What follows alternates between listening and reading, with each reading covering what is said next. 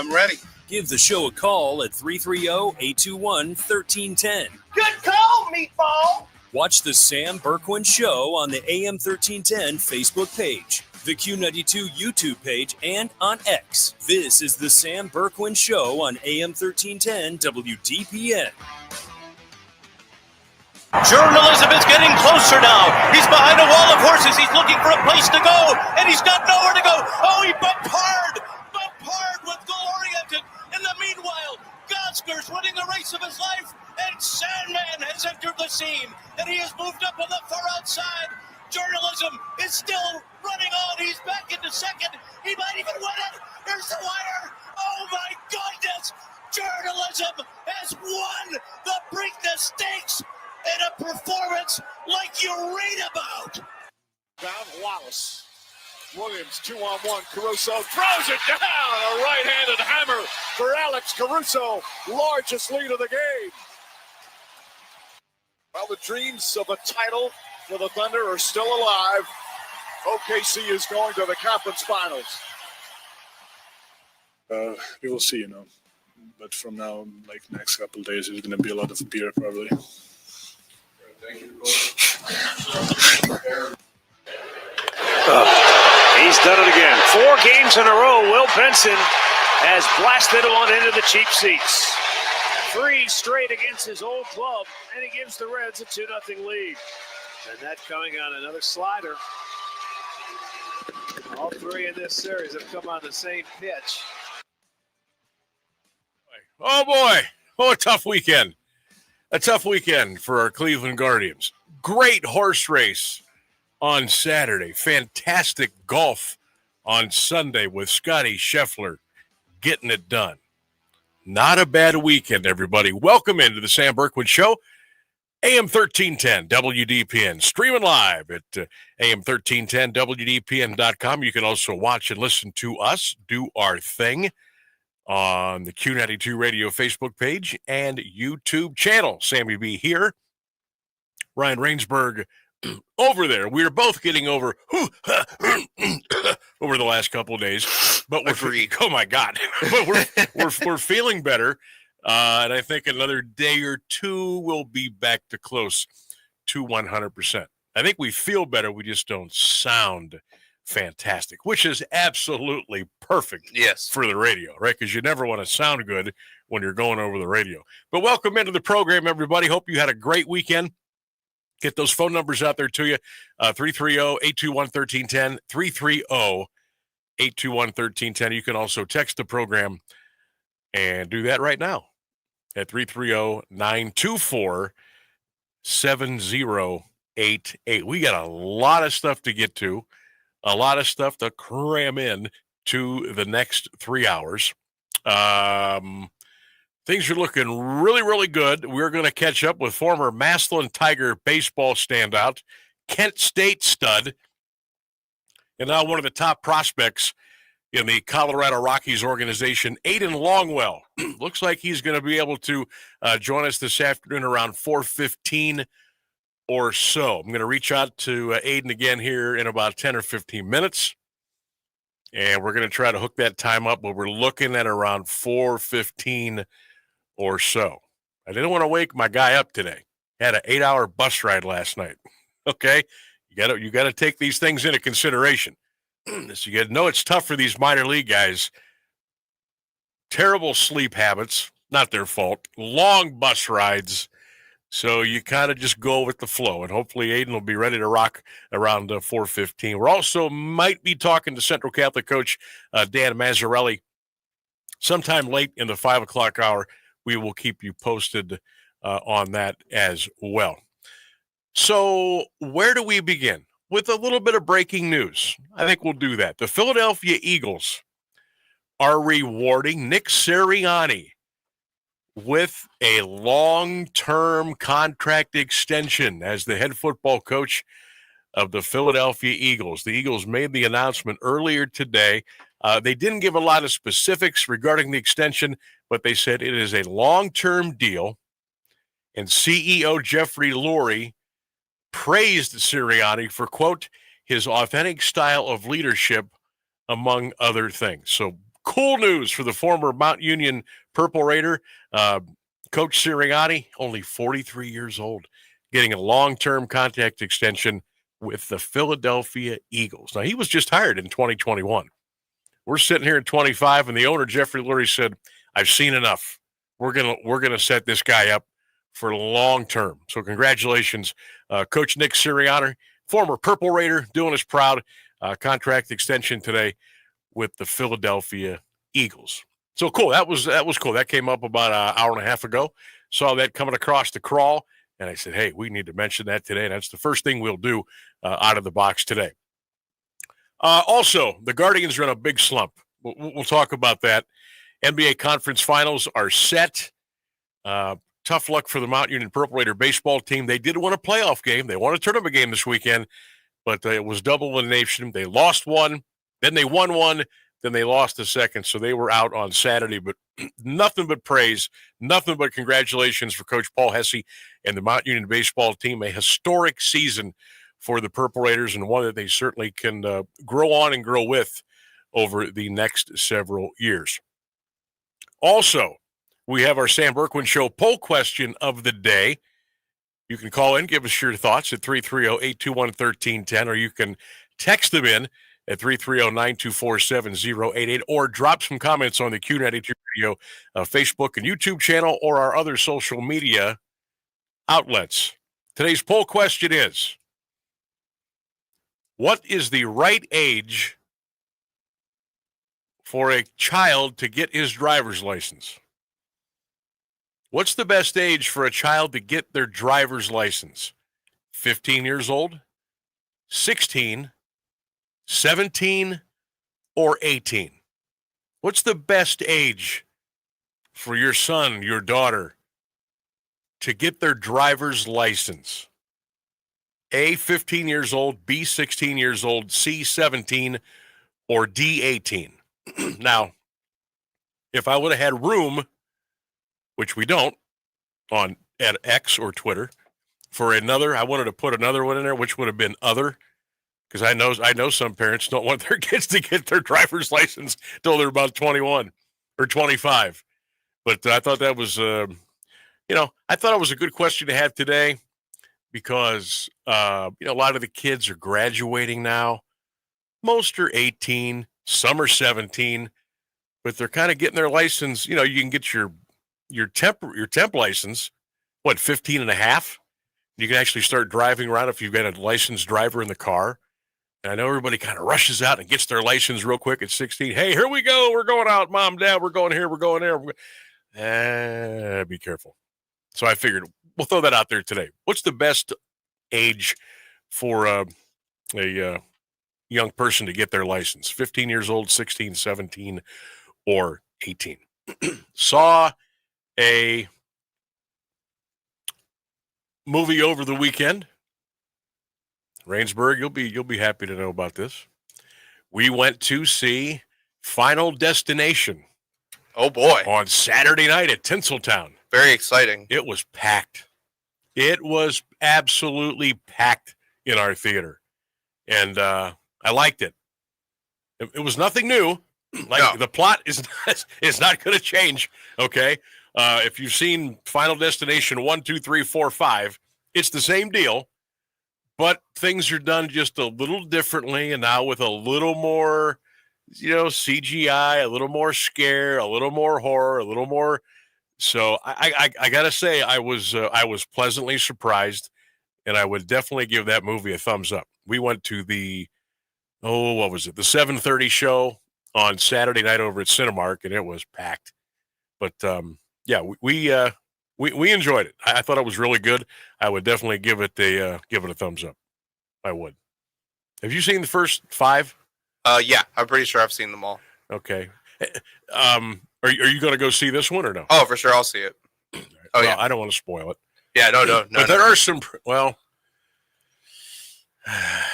there are some pretty imaginative kills in this one, as you might expect. Yeah, there should be. There better be. And spoiler alert: one of them involves an MRI machine. I'll just leave it at that. Yeah, that's good. Holy smokes!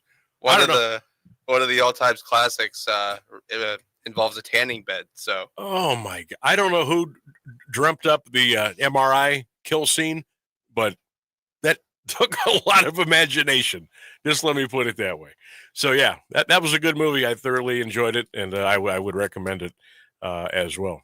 Also, I forgot we mentioned it a little bit on Friday, but I want to shout out the folks over at what's the potato place that we had Spuds something. What was it called? Oh, I don't remember. It came before I got here. We were here Friday, and they dropped off a bunch of. I'll get the name, but I want to shout out to them again.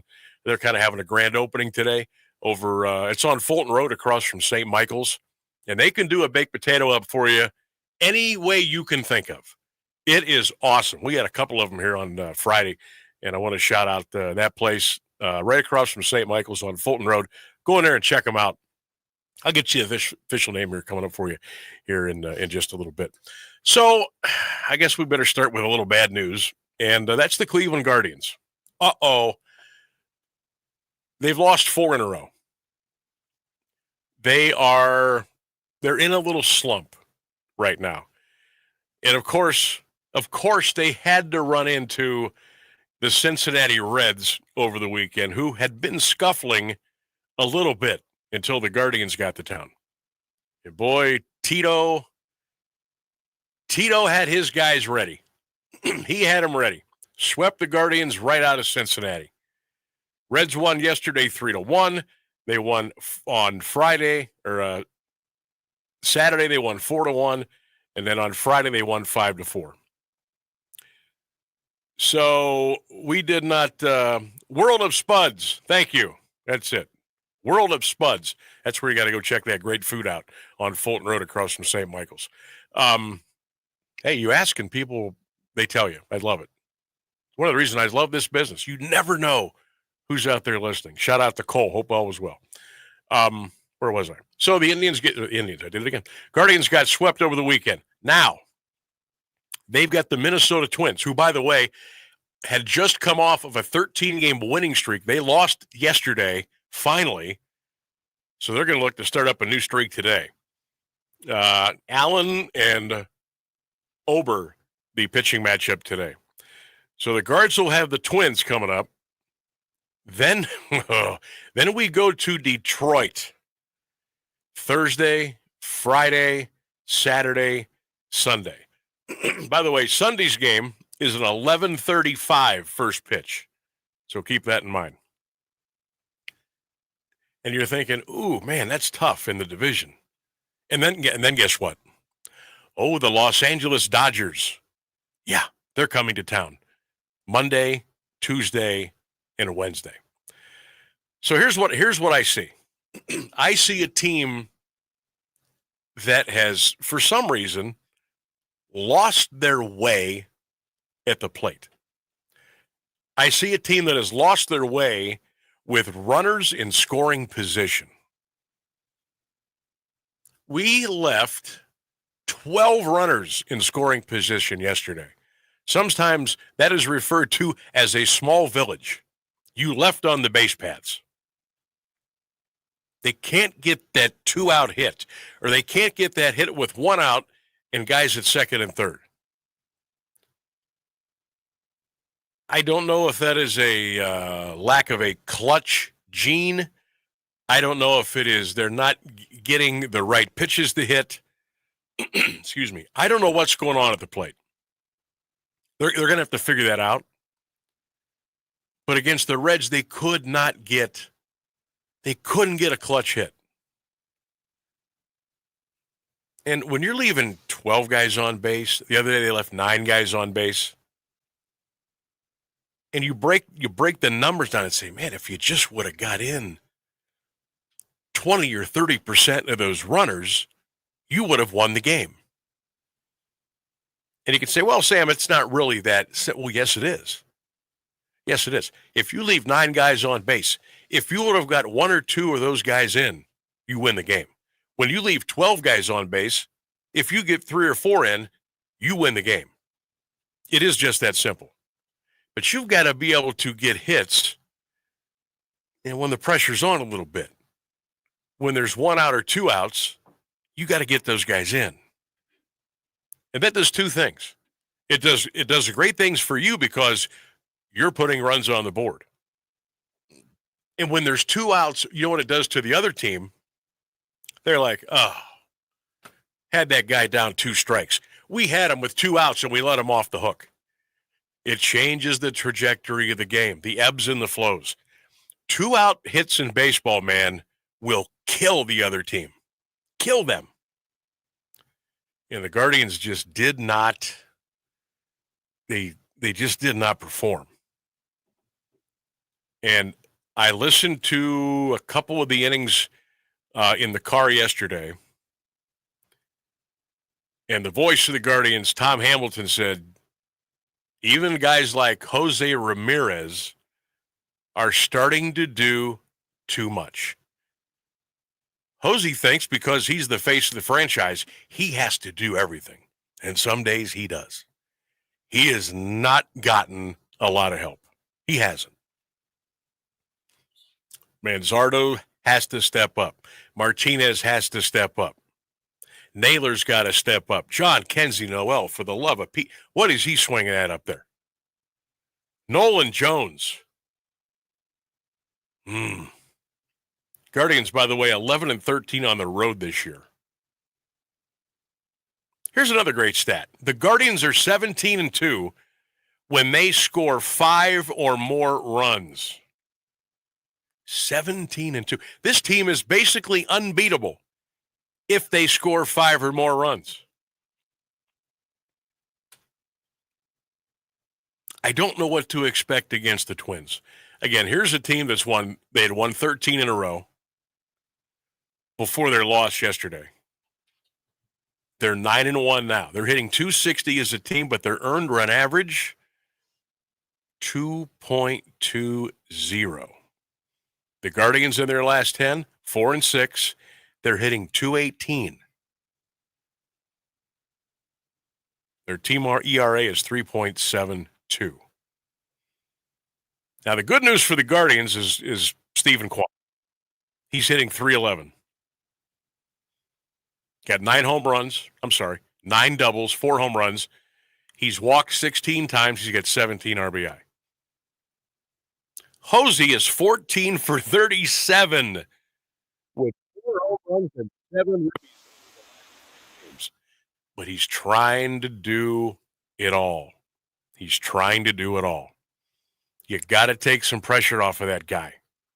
Because pretty soon a 4-game lose streak turns into a 7-game losing streak, and then you're 2-8 in your last 10.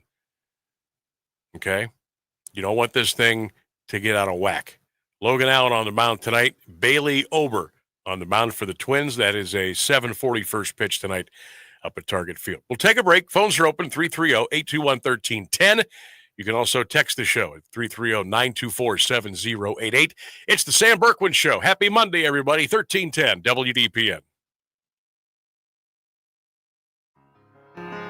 Are you looking to send flowers to someone special?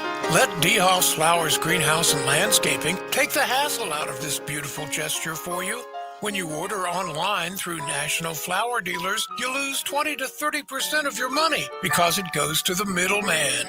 Get more bloom for your buck and order from DeHoff's. They'll deliver. It's true, when you skip the middleman, all your money goes towards the flowers, and that makes everyone happy. Well, except the middleman. Locally owned and operated, the experts at DeHoff's have over 61 years of professional knowledge and experience, and they'll be happy to design the perfect arrangement for all the events in your life. So remember, DeHoffs.com, and you'll always get more bloom for your buck. In Alliance on the corner of Beach and Beechwood, you can order by phone, too, at 330-823-1455. Possibilities are all around us. Everywhere we look, we see opportunity in unexpected places. And when we share our knowledge, vision, and connections, we turn great ideas into action in communities all around the world. that we call home. Like transforming an old bus to feed hungry children, or providing life-saving equipment to those who need it most. From fighting disease to rebuilding schools, together we can make real change happen. We're Rotary. We are people of action. Get involved today at rotary.org/action. You're listening to the Sam Bourquin Show on AM 1310 WDPN.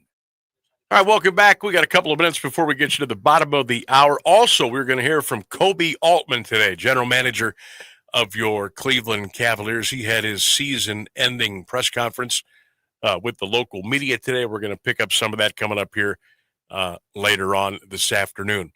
Again, looks like we're going to be catching up with Aiden Longwell around 4:15 today. I'm going to check in with Aiden here during the break at the bottom of the hour.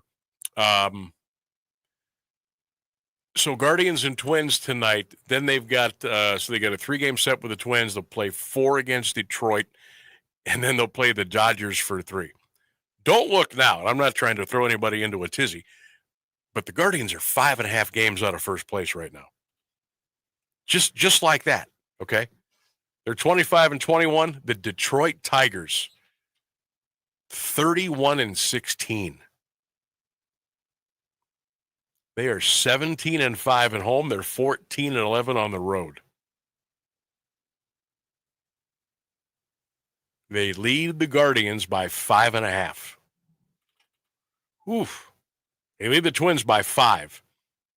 Hey, in Kansas City is breathing down the neck of the Guardians right now. They're 26-22. They're also 5.5 games out in the division.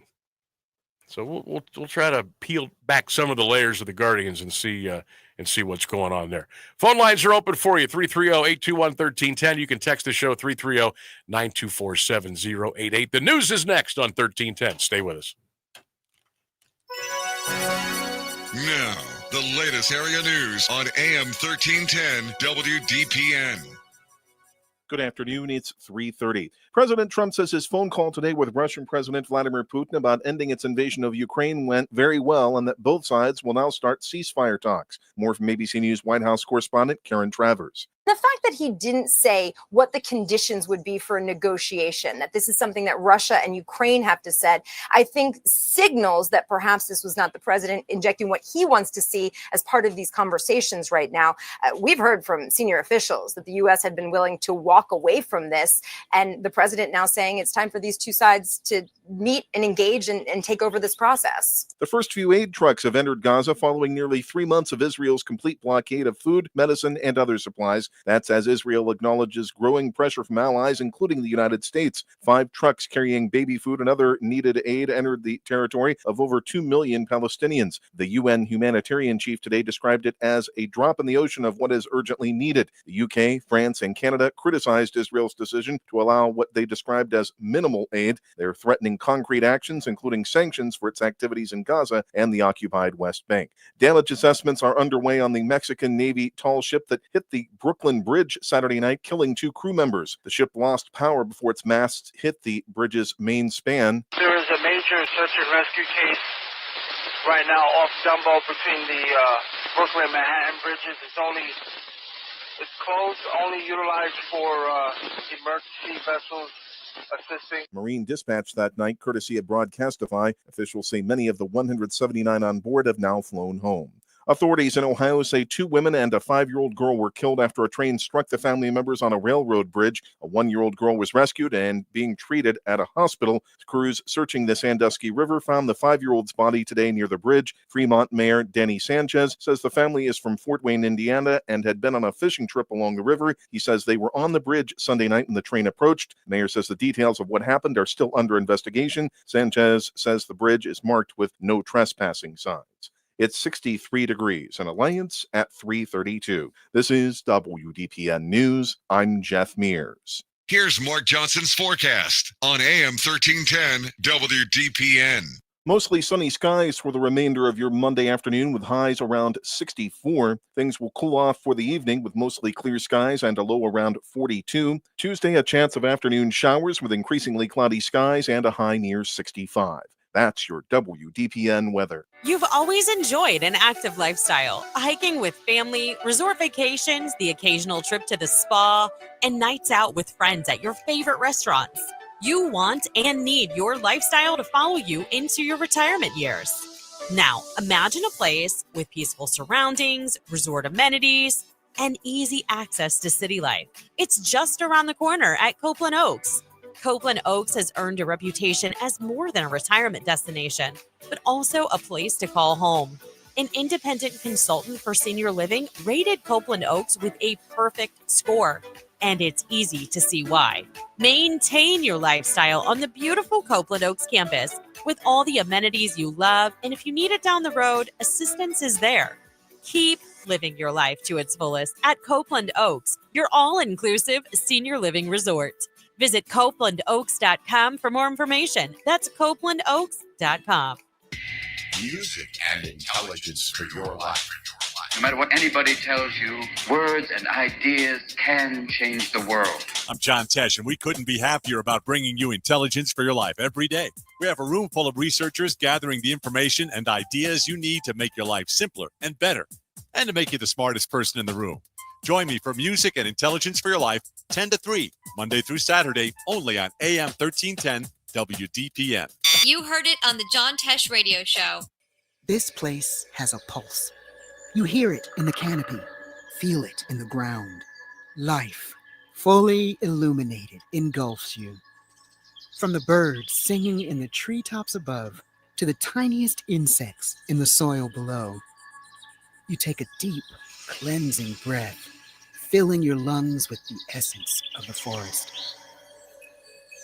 Now, imagine it's all gone. Healthy, life-giving forests reduced to nothing. No singing birds, no lush canopy, and water and food in short supply around the world. Time is running out to protect our forests, and without our love, they can and will disappear. It's our choice. Love it or lose it. Help protect our forests. Visit World Wildlife Fund at wwf.org/love. You're listening to the Sam Bourquin Show on AM 1310 WDPN. Welcome back to the program here on I got to tell you, a little bit of a chilly Monday. Do you know that it's not going like seasonably warm for like 2 more weeks? I was looking at some of the long-range forecast stuff and looking at some of the radars for like the next 10 to 14 days. What you see now is what you're going to get for almost like 2 weeks. Like we're going to be in the low 40s or the mid 40s at night. Highs are going to be around 62, 63. It's somebody needs to wake up and knock on Mother Nature's door and tell her it's the middle of May. It's almost June, for crying out loud. Pool season is coming up in less than 2 weeks. I'm telling you, what is with the weather? It is just the last couple of years, what have been kind of lingering winters. Spring is kind of like hit and miss, 50-50. Summer gets here late, then kind of hangs on till October or the middle of, maybe almost into November. Then we get a little cold snap. And then we really don't get any snow until like late January into February. And then that kind of hangs around a little bit. March, kind of cold, chilly, wet, rainy April. We have already had a lot of rainy May. Then we had that fluke last week. We were in the 80s for a couple of days. And I woke up this morning and I did the old put the hand to the window. I thought, it's a little chilly out there. So yeah, but we're a little bit of a temperature swoon right now. Just like the Guardians baseball team. Oh, my goodness gracious. So what are we going to do here? Stephen Vogt, second year, manager of the year last year. Team's going through a little bit of a funk right now. Leaving guys on base. We've had starting pitching that has been like you get into a swimming pool where it's like 3 feet deep, and before you know it, you can't touch and you're in 10 feet of water. That's how the pitching staff is right now. You just don't know what you're going to get from game to game. And as a pitcher, as a manager, as a fielder, you want to know what you're going to get. And sometimes you don't know what you're going to get until you've got it. And you're 2-3 deep in the bullpen, and it's like the 5th inning, and you're like, okay, well, forget about this one. Let's come back and get him tomorrow.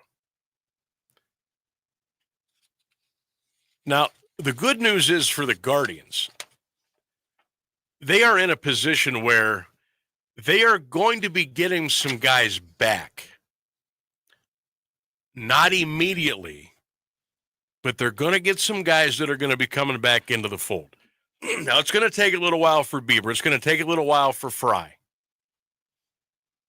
But there's some other guys out that are kind of maybe sort of getting close. And I'm not saying to start calling some of the other guys up maybe from the minors, because you don't want to rush them. But there are some guys down there that are smoking the ball. And we also have some guys in the minors that are also trying to come back from injuries, whatever. And I'm not saying that when you get some of these guys back, it's going to be almost like making a trade. I'm not saying that. But if this team can get healthy, and I'll give it another, I think maybe another 2 or 3 weeks, excuse me, you're going to get healthier. Some guys are going to come back. And maybe when that coincides with your guys getting hits with people in scoring position, okay, maybe you start feeling a little bit better about yourself. Now, the Guardians are 46 games into the season, okay, so a little bit past the quarter pole mark. They're 5.5 behind Detroit. You want to hear an insane stat? If the season stopped today, the entire American League Central Division would be in the playoffs except for the Chicago White Sox. Detroit, Minnesota, Cleveland, and Kansas City would all make it. Look at the American League Central. One team is over 500. That's the Yankees at 27-19. Everybody else is at least 2 games under the 500 mark. Baltimore Orioles had to fire their manager the other day. They're 15-30. It was a playoff team a year ago. They've lost 6 in a row. They're terrible right now. American League West. Seattle 26-19. 2.5 over Houston and Texas. 5 over the A's. 6 over the Angels. Only 60% of that division is over the 500 mark. So it just happened to be in the Central Division this year. You're 4 games over 500, and you are chasing a team that is 31-16. Let me tell you about the Tigers a couple of days ago. The team's not going anywhere. They're just going to get better. They're starting to pack them in up there at Comerica Park.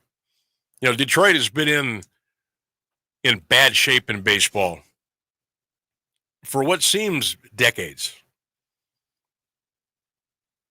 We are long gone from the year the Tigers won the World Series. I think that was, 84? They got off to that 31-5 start. They had Willie Hernandez coming out of the bullpen.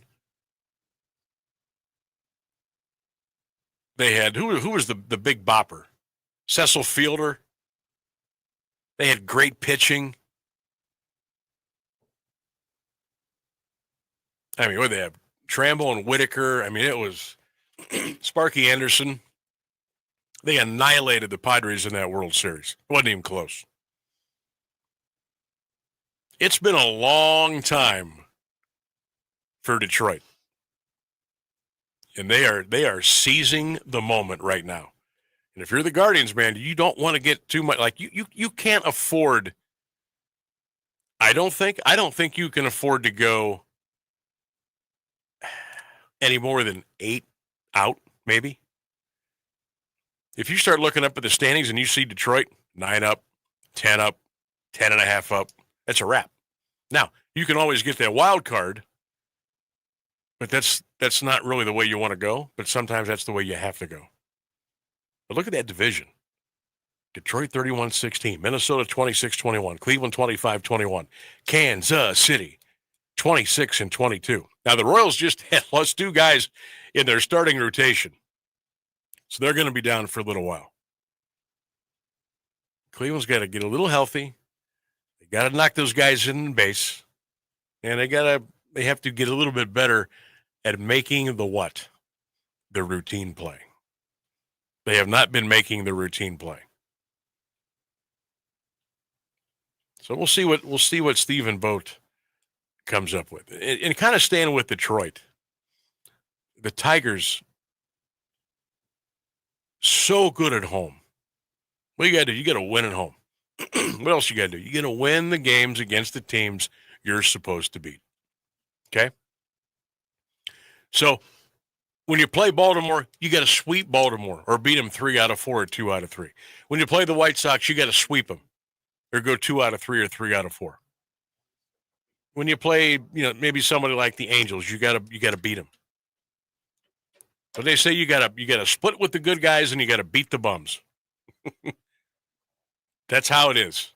Split with the good teams and beat the bums and try to get yourself a home field advantage.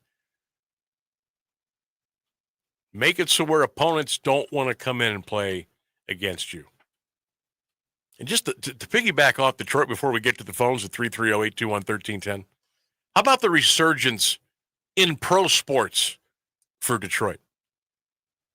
Look at what the Detroit Tigers are doing. Folks, the Detroit Pistons are not that far away. Give them a couple of more years. They're going to be knocking on the door for the division. Look at what the Detroit Lions have done under Crazy Dan. Look what they have done the last 2-3 years. I know the hockey team's kind of on a little bit of a slump. The Red Wings, who used to kind of carry that city with going to Stanley Cups and this and that and the other. But look at the city of Detroit pro sports teams right now. Lions, Tigers, Pistons. It's a pretty good time to be a Detroit fan. Let's go to the phones. First time today, 330-821-1310. Good afternoon. You're on the Sam Bourquin Show. What's going on? Sammy B, how are you, buddy? What's up? How's everything? Good. Good, man.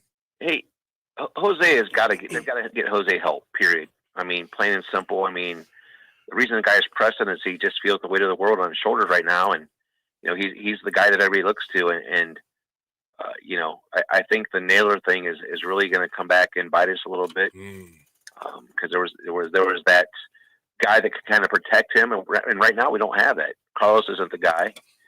Manzardo at times looks like he could be the guy, but then he's swinging some pitches. You're like, what's he doing? So, and then I think Vogt is kind of outvoting himself. Some of these lineups he's throwing out there are just like, are we just putting names in the hat? Like, you're going to bat here and you're going to bat here. I mean, what's going on with that? We're 46 games into the season. I don't know. That's a great point because, okay, if it's the first 10 or 15 games, okay, you're looking for combinations.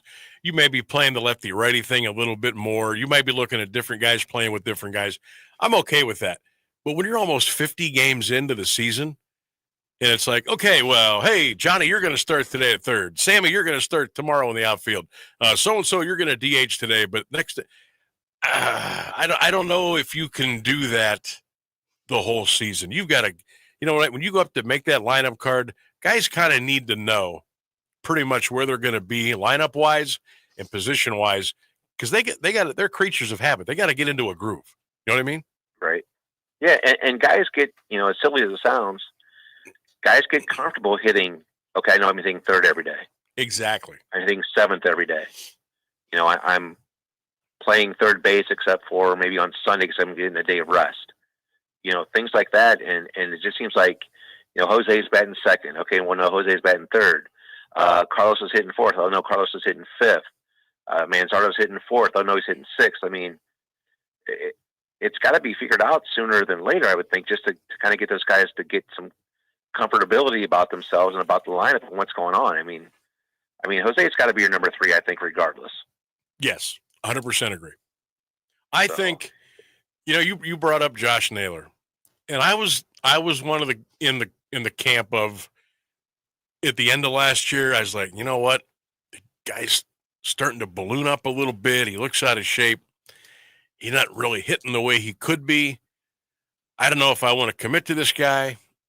But then, okay, he had 30 home runs. He had a ton of RBI.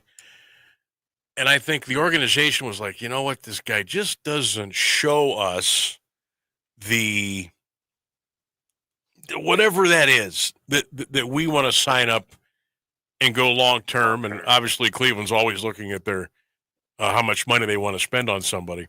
But at the end of the day, I'll be honest, man, I was like, you know what, maybe if you can move him and get something for him. They ended up packaging it with Jimenez. But I don't know, man. But when you trade away 30 home runs and RBI, he was kind of like the heartbeat of the team a little bit. Now, it's Jose's team, don't get me wrong. But Naylor was, you saw him react to some big-time home runs and game-winning hits and things like that. He put a little juice into that clubhouse, and I think maybe they're losing that too a little bit. And he was hitting 250, 260-ish. Yeah. Somewhere in there. Not that that's outstanding, but I've got a catcher that's hitting 158. I've got an outfielder that's hitting 115 or something ridiculous. Mm-hmm. I've got another outfielder that's hitting barely to the Mendoza line. I'll take 250, 260 with 30 home runs and 100 and teens in the RBIs. Al, it's always the same. What are we always looking for? Power in right field, power at first base, power at third base, and our catcher to at least, hit 240, 245. Right. And for some reason, whether it's, I don't know if they don't care to address it, they don't have the funds to address it, but it's the same thing over and over. If we could patch those 4 holes up with the pitching, with the pen, with the long relief, the other guys we've got playing, and I think Steve Vogt's a pretty good manager.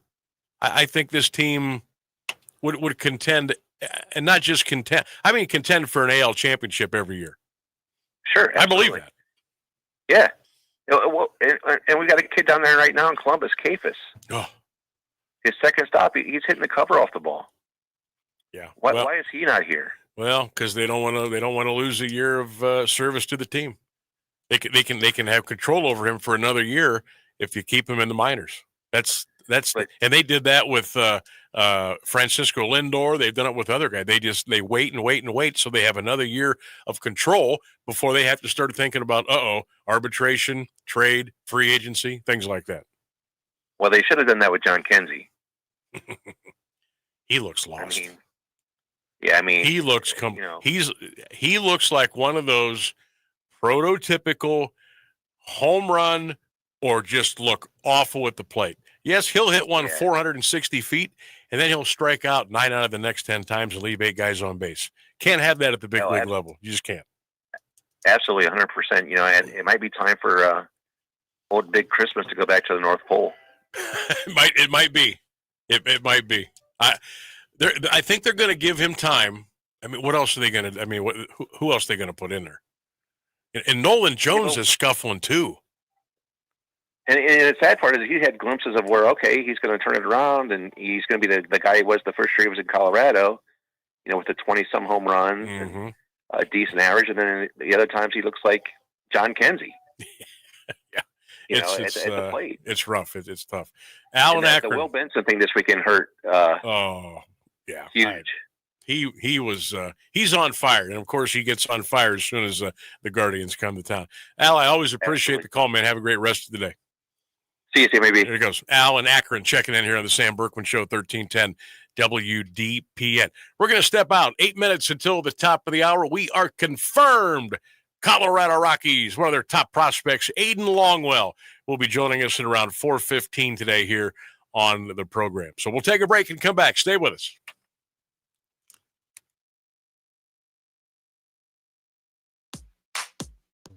Teachers are dynamic leaders, shaping a new generation.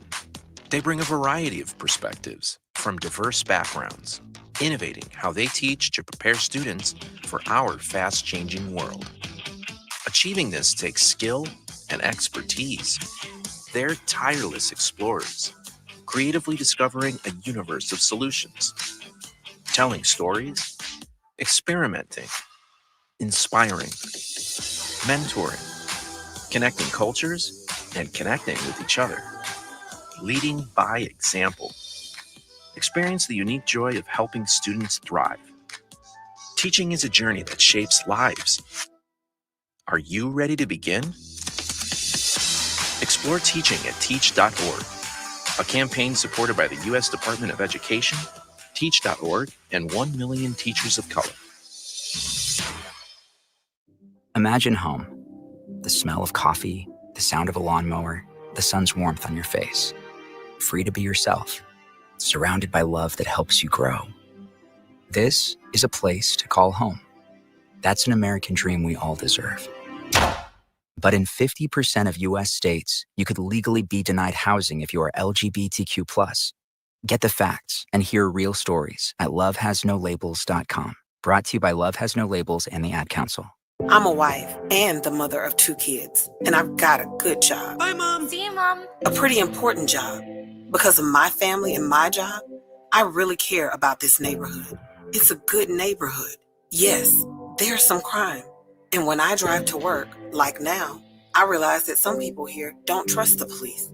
So the police should be reaching out to this community, and this community should reach out to the police. That's the way to make this a safer place. And when I get to work in the precinct house and put on my uniform, I can tell you as a police officer that this department is reaching out to the community, and the community is doing its part.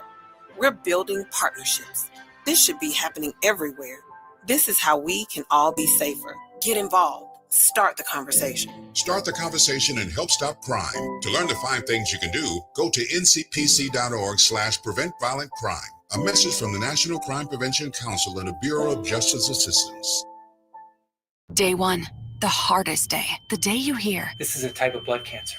But day 1 is just one day. At the Leukemia and Lymphoma Society, we are here to help you move past day 1. On day 45, I discovered an online community who shared great tips for in-treatment care. I missed a lot of school during treatment, and LLS helped me keep up. To learn more and get help on day 2, day 28, or any day, please visit LLS.org or call 1-800-955-4572. This is the Sam Bourquin Show on AM 1310 WDPN. All right, we're back 4 minutes until we get to the top of the hour. Again, Aiden Longwell is going to be joining us at 4:15 this afternoon. Aiden is out playing in Spokane. That is the high A ball level, if you will, of the Colorado Rockies organization. And he's been hitting the ball, man. What do we got here? 273, 6 home runs, 28 RBI. I think he's put about 10 dents in the caboose out in right center field with home runs. Looking forward to catching up with Aiden. He'll be joining us around 4:15 today here on the Sam Bourquin Show, 1310 WDPN. Looks like we might be catching up with Central Catholic baseball coach Dan Mazzarelli at around 4:35. We'll have to get that all figured out here in the bottom of the hours. We are working when we're not working. We are on the go, coughing, hacking, wheezing, drinking water. We got about, 15 Clorox wipes in here. We're constantly wiping everything down. It's all good, though. It's all good. News coming up here in about 3 minutes, so stay tuned for that, plus the latest weather. And when you hear the weather forecast, you're going to say, is this February or is this May, almost June? It's pretty wild, but that's what's coming our way. The poll question of the day: when do you think is the best age for kids to get their driver's license? What's the best age for your kids to get a driver's license? 15, 16, 17, or 18? Excuse me. Henry Lee says 18. You can vote and hopefully have a bunch of other life experiences. Mr. Rainsberg, I'm going to have you kill my mic real quick over there.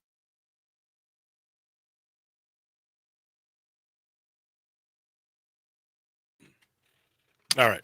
Had to cough. Had to cough. Mike Linky says, got to be at least 16.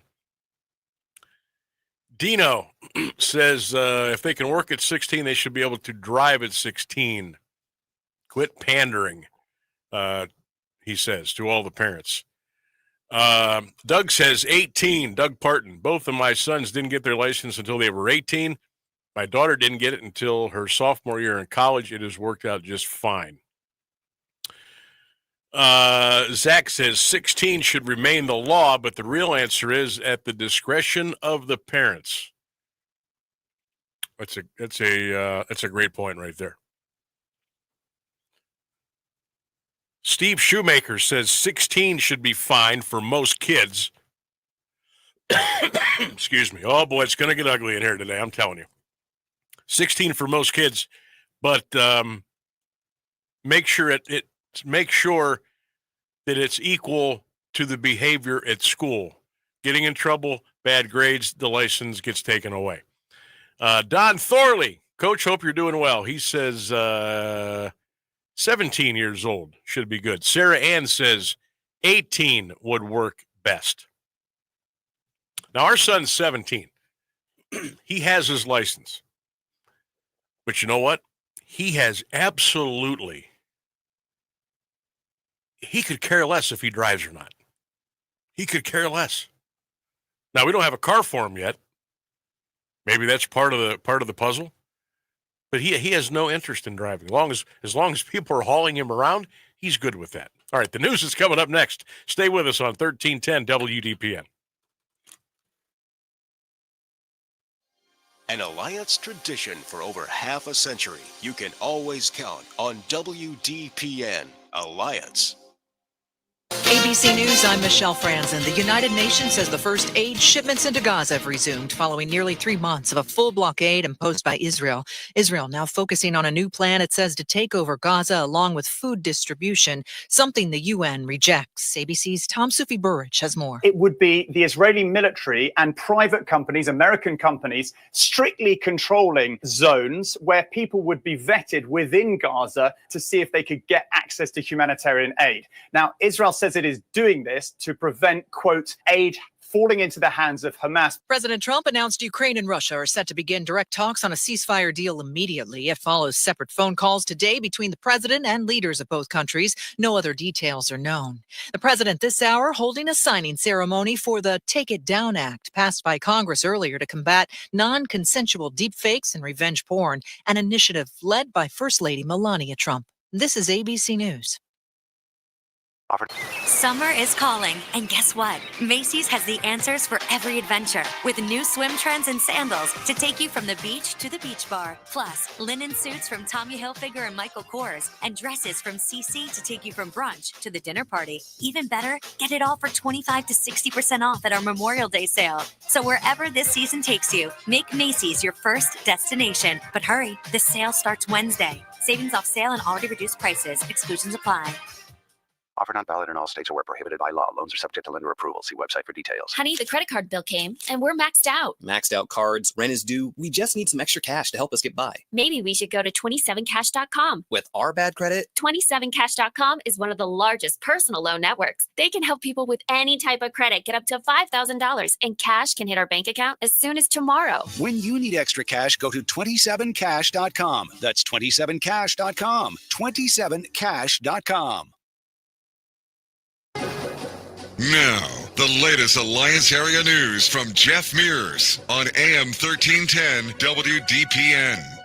Good afternoon, it's 4:02. A Massillon man is headed to prison for the rape of a young girl. 37-year-old John Kane was sentenced today by Stark County Common Pleas Judge Frank Forcioni to life with the possibility of parole after 15 years. He pleaded guilty to charges of rape and sexual battery. Kane was indicted last month. Prosecutors say the sexual assaults began in January 2018 when the child was 7. They continued until April 2019. Kane must register as a Tier 3 sex offender after his release. A man is shot in Canton by an unknown suspect. Police say it happened in the 2400 block of Lake Road Boulevard Northwest around 3:15 Sunday morning. The victim is identified as a 40-year-old Canton man. There was no word of his condition. An investigation continues. A new report summarizes the plight of missing children in Ohio. The report was issued today by the Ohio Attorney General's office. It coincides with National Missing Children's Day, which is observed annually May 25th. There were about 16,400 children reported missing in the state last year. That's roughly 1,000 fewer than in 2023. More than 8,400 of the missing children were runaways. 37 involved abductions by non-custodial parents, and 9 involved abductions by strangers. Nearly 97% of the kids were recovered safely by year's end. 3 were found dead. There were 490 children reported missing in Stark County, 3 in Carroll, 55 in Columbiana, 639 in Mahoning, and 80 in Portage. Local law enforcement and the National Crime Information Center, operated by the Justice Department, work on missing children cases. A total of 21,342 people were reported missing in Ohio in 2024, or about 1,000 fewer than the previous year.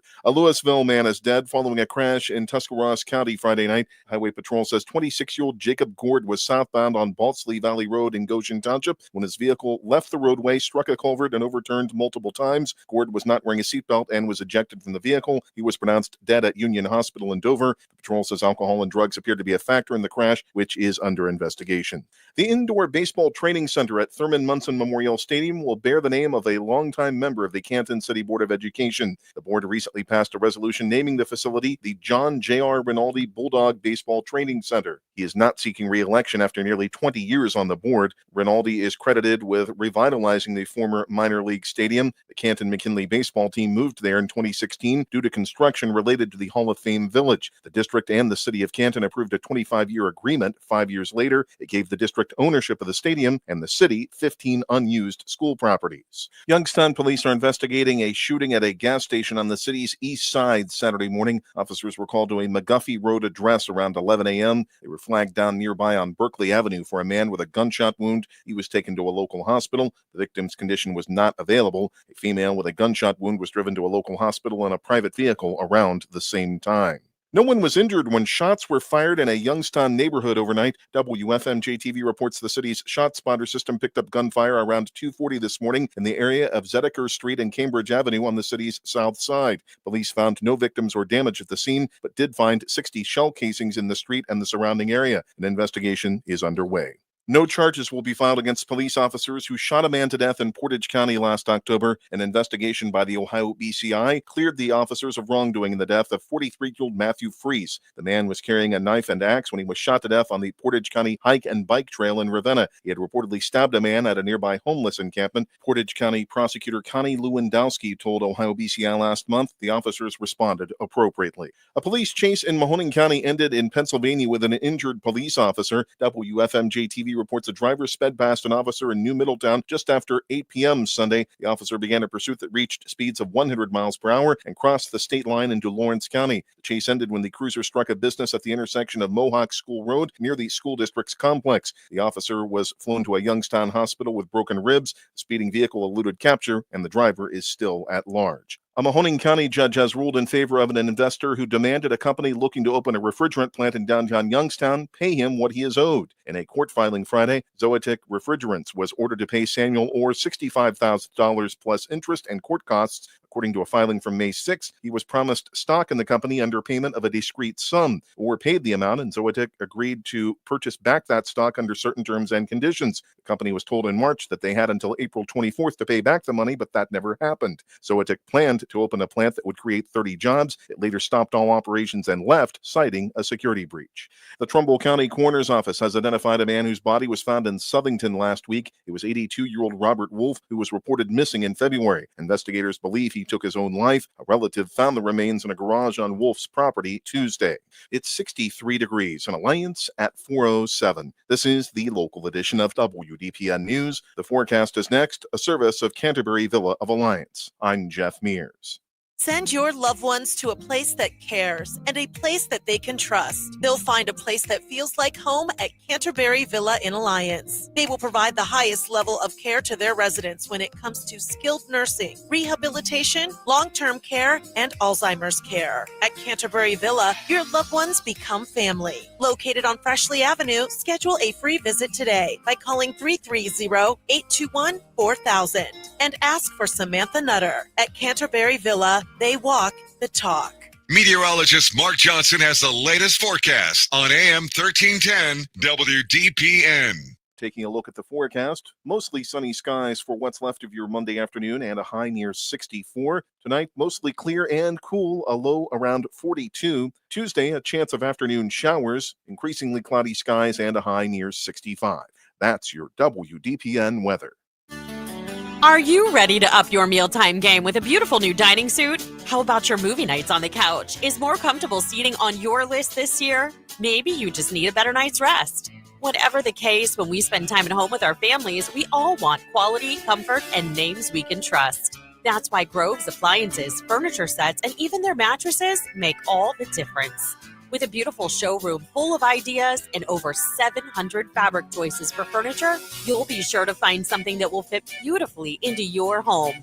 On a budget, Grove has a scratch and dent room filled with appliances with minor aesthetic blemishes that can help you replace that fridge on the fritz for a fraction of the cost. Come and see why Grove is better than big box stores. Explore your options and get to know Grove's amazing staff and stellar service team to help with all of your needs.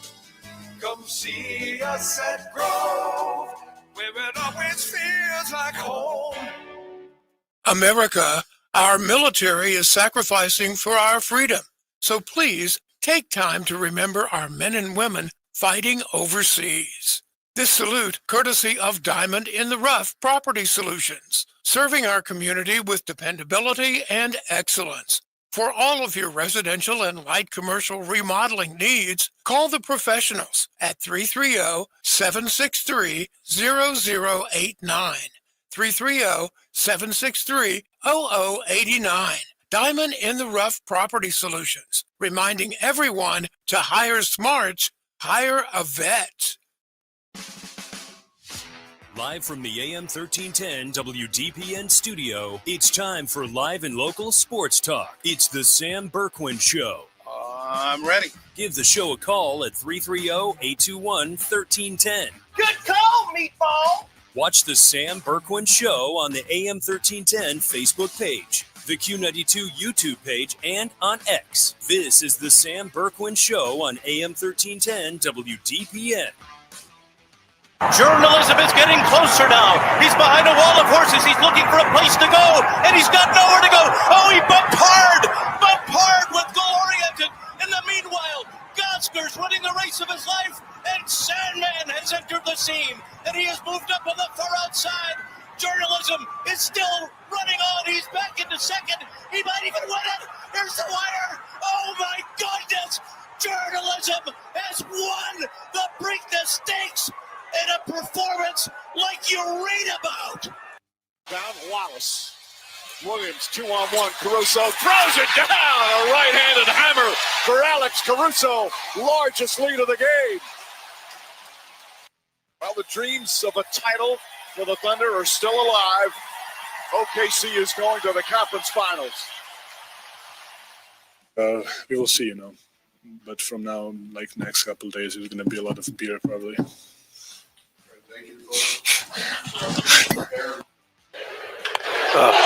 He's done it again. 4 games in a row. Will Benson has blasted one into the cheap seats.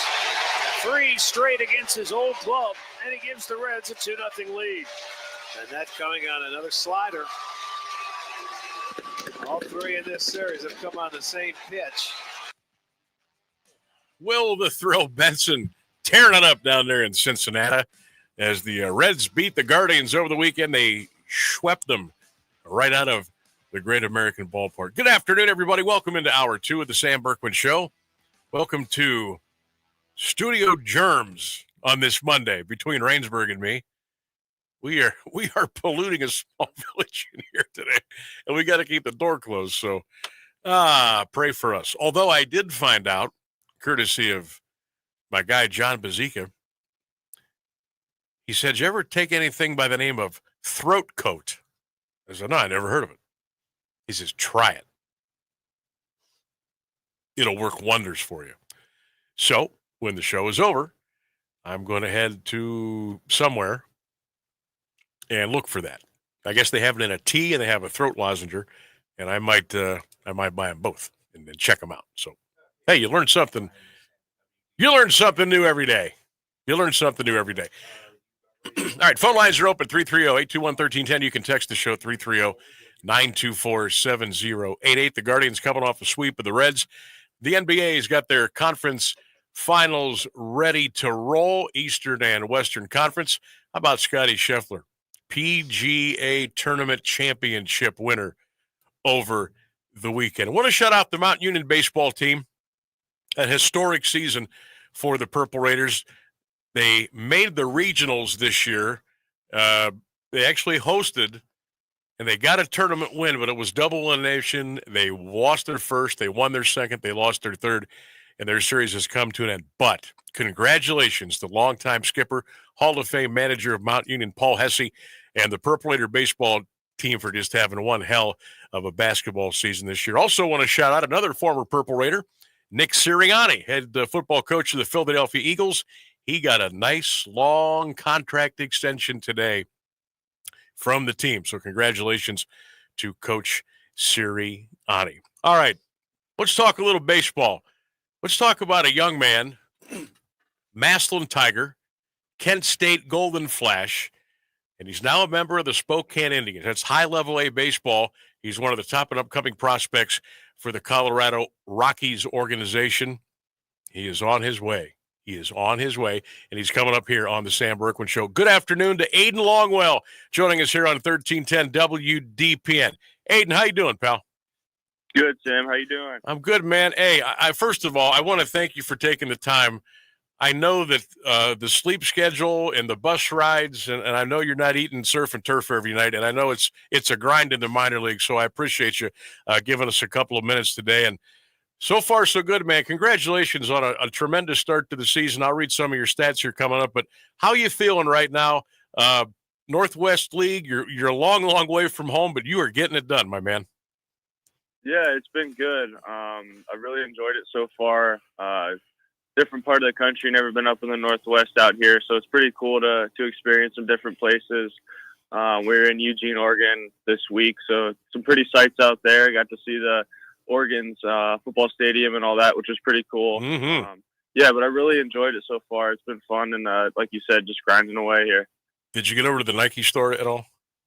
No, we didn't have time to get away, but we'll be out there a couple more times. Hopefully we can make it over there. Yeah, you'll have to save up a couple of checks to go over there, man, because you'll blow through that real quick. So some of Aiden's numbers, I want you to listen up to these now. He is second in the Northwest League with 6 home runs. He's third in RBI with 28, seventh in hits with 39. He's got 9 doubles. You are crushing that poor caboose out in right field almost on a night. What, do you have something against cabooses? You're killing that thing. No, it's just a good target out there. Gives me something to aim for, which is pretty nice. Got a little short porch, little short fence to be able to get the ball up and into that caboose. I'm telling you. So I was looking at some of the different things about Avista Stadium. That's the home field that you play for Spokane. Aiden, that looks like a gorgeous place to not only play but to watch a baseball game. What's some of the cool things about that place that you're playing in? Yeah, it's beautiful. It's been around for a long time. One of the first minor league stadiums that is still standing. It's pretty cool. The fans, there's not much going on during the spring here, so we're the team that they're watching. So the crowds have been awesome, especially as the weather's starting to warm up here. But the stadium's beautiful. They just renovated new surface this year, and the new padding on the walls, which looks great.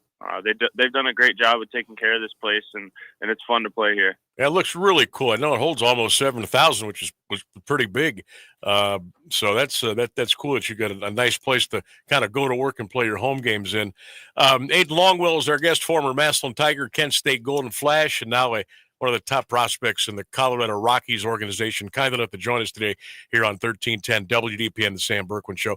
So a lot of people they knew I was talking to you. We were trying to hopefully get you on the air. A lot of people want to know, what's a typical day for you right now at this level in the minor leagues? Or is there not a typical day and every day is you never know what's coming? When we're at home, there's a lot more structure to our schedule because we just have some more time to do things throughout the day. But a normal home schedule for me, so we have a game tomorrow's at 11 a.m., so that's a little different, but a normal 6:35 start. I'll usually get up around 9:30, 10 o'clock, get something to eat. Then I'm getting to the field by noon usually. And then I'll get in the weight room, do a lift, or just kind of stretch out, get my body feeling right, or as good as I can for the day. So that usually takes me to about 1:30. And then we hit in the cages for about 30 minutes, do any tee work, any front toss, any drills that we need to do.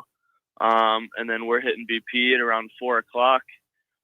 And then we're just hanging out because then the other team will hit BP. And then we get back in the cage around 5:30 just to freshen up again and then get ready to go at 6:35. So get to the field around noon, and I'm usually leaving around 10:30, 11 o'clock at night, and then just do it all over again.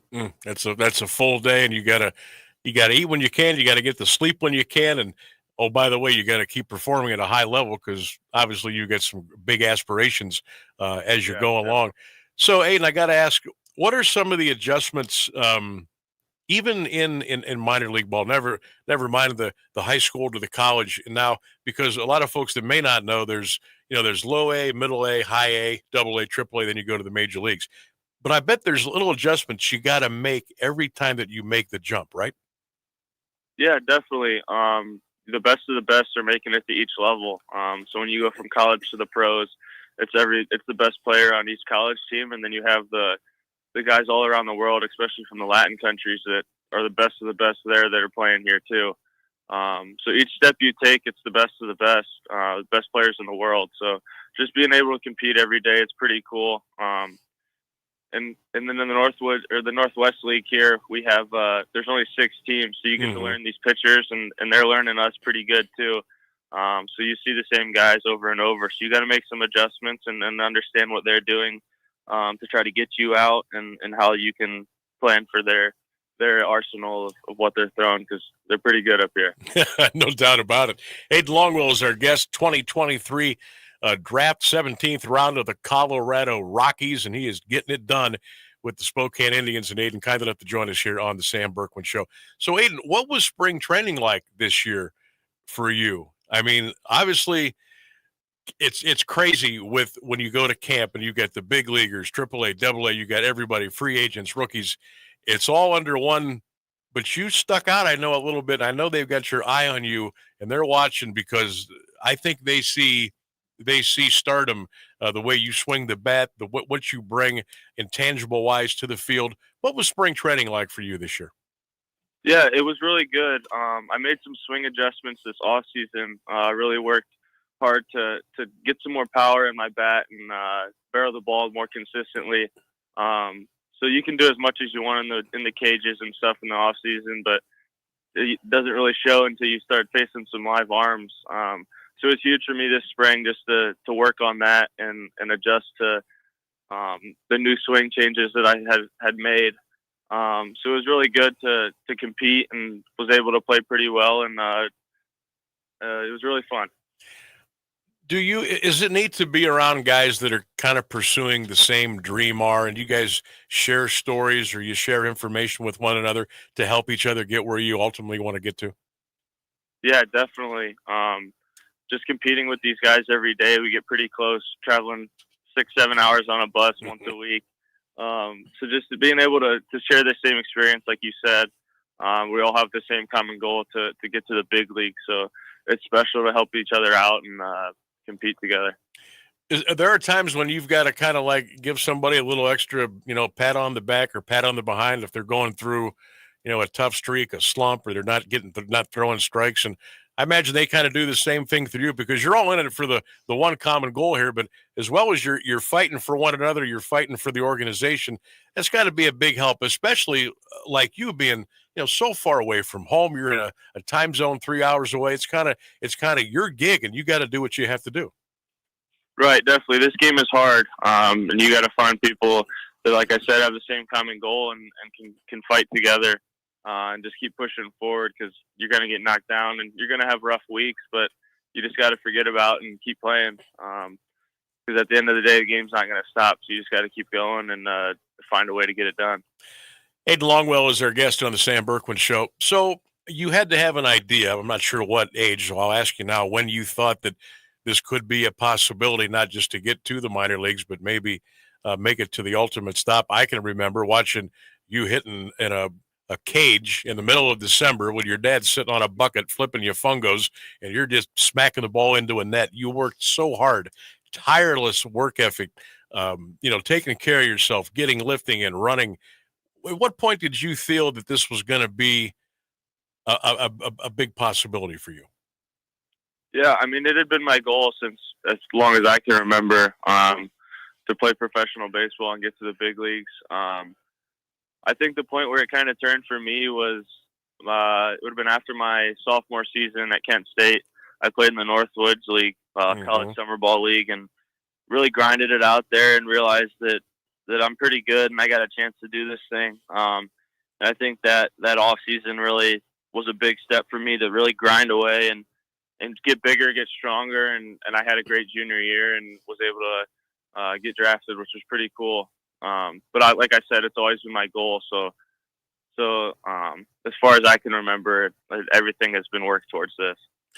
You mentioned, trying to eat the right things and stay in shape. And when you're on a bus 7-8 hours once a week, and if you're on the road for more than a couple of series, that can't be the easiest thing to do. What is your approach there to, not eat McDonald's every day and develop some bad habits? Because sometimes Aiden doesn't allow you maybe to do what you really should do. Right. We get in these small towns that don't have much around. So you just got to find the places that have good options for you. I'm not going to lie, I'm eating a lot of the same stuff every day just because I'm trying to get the best things I can in my body.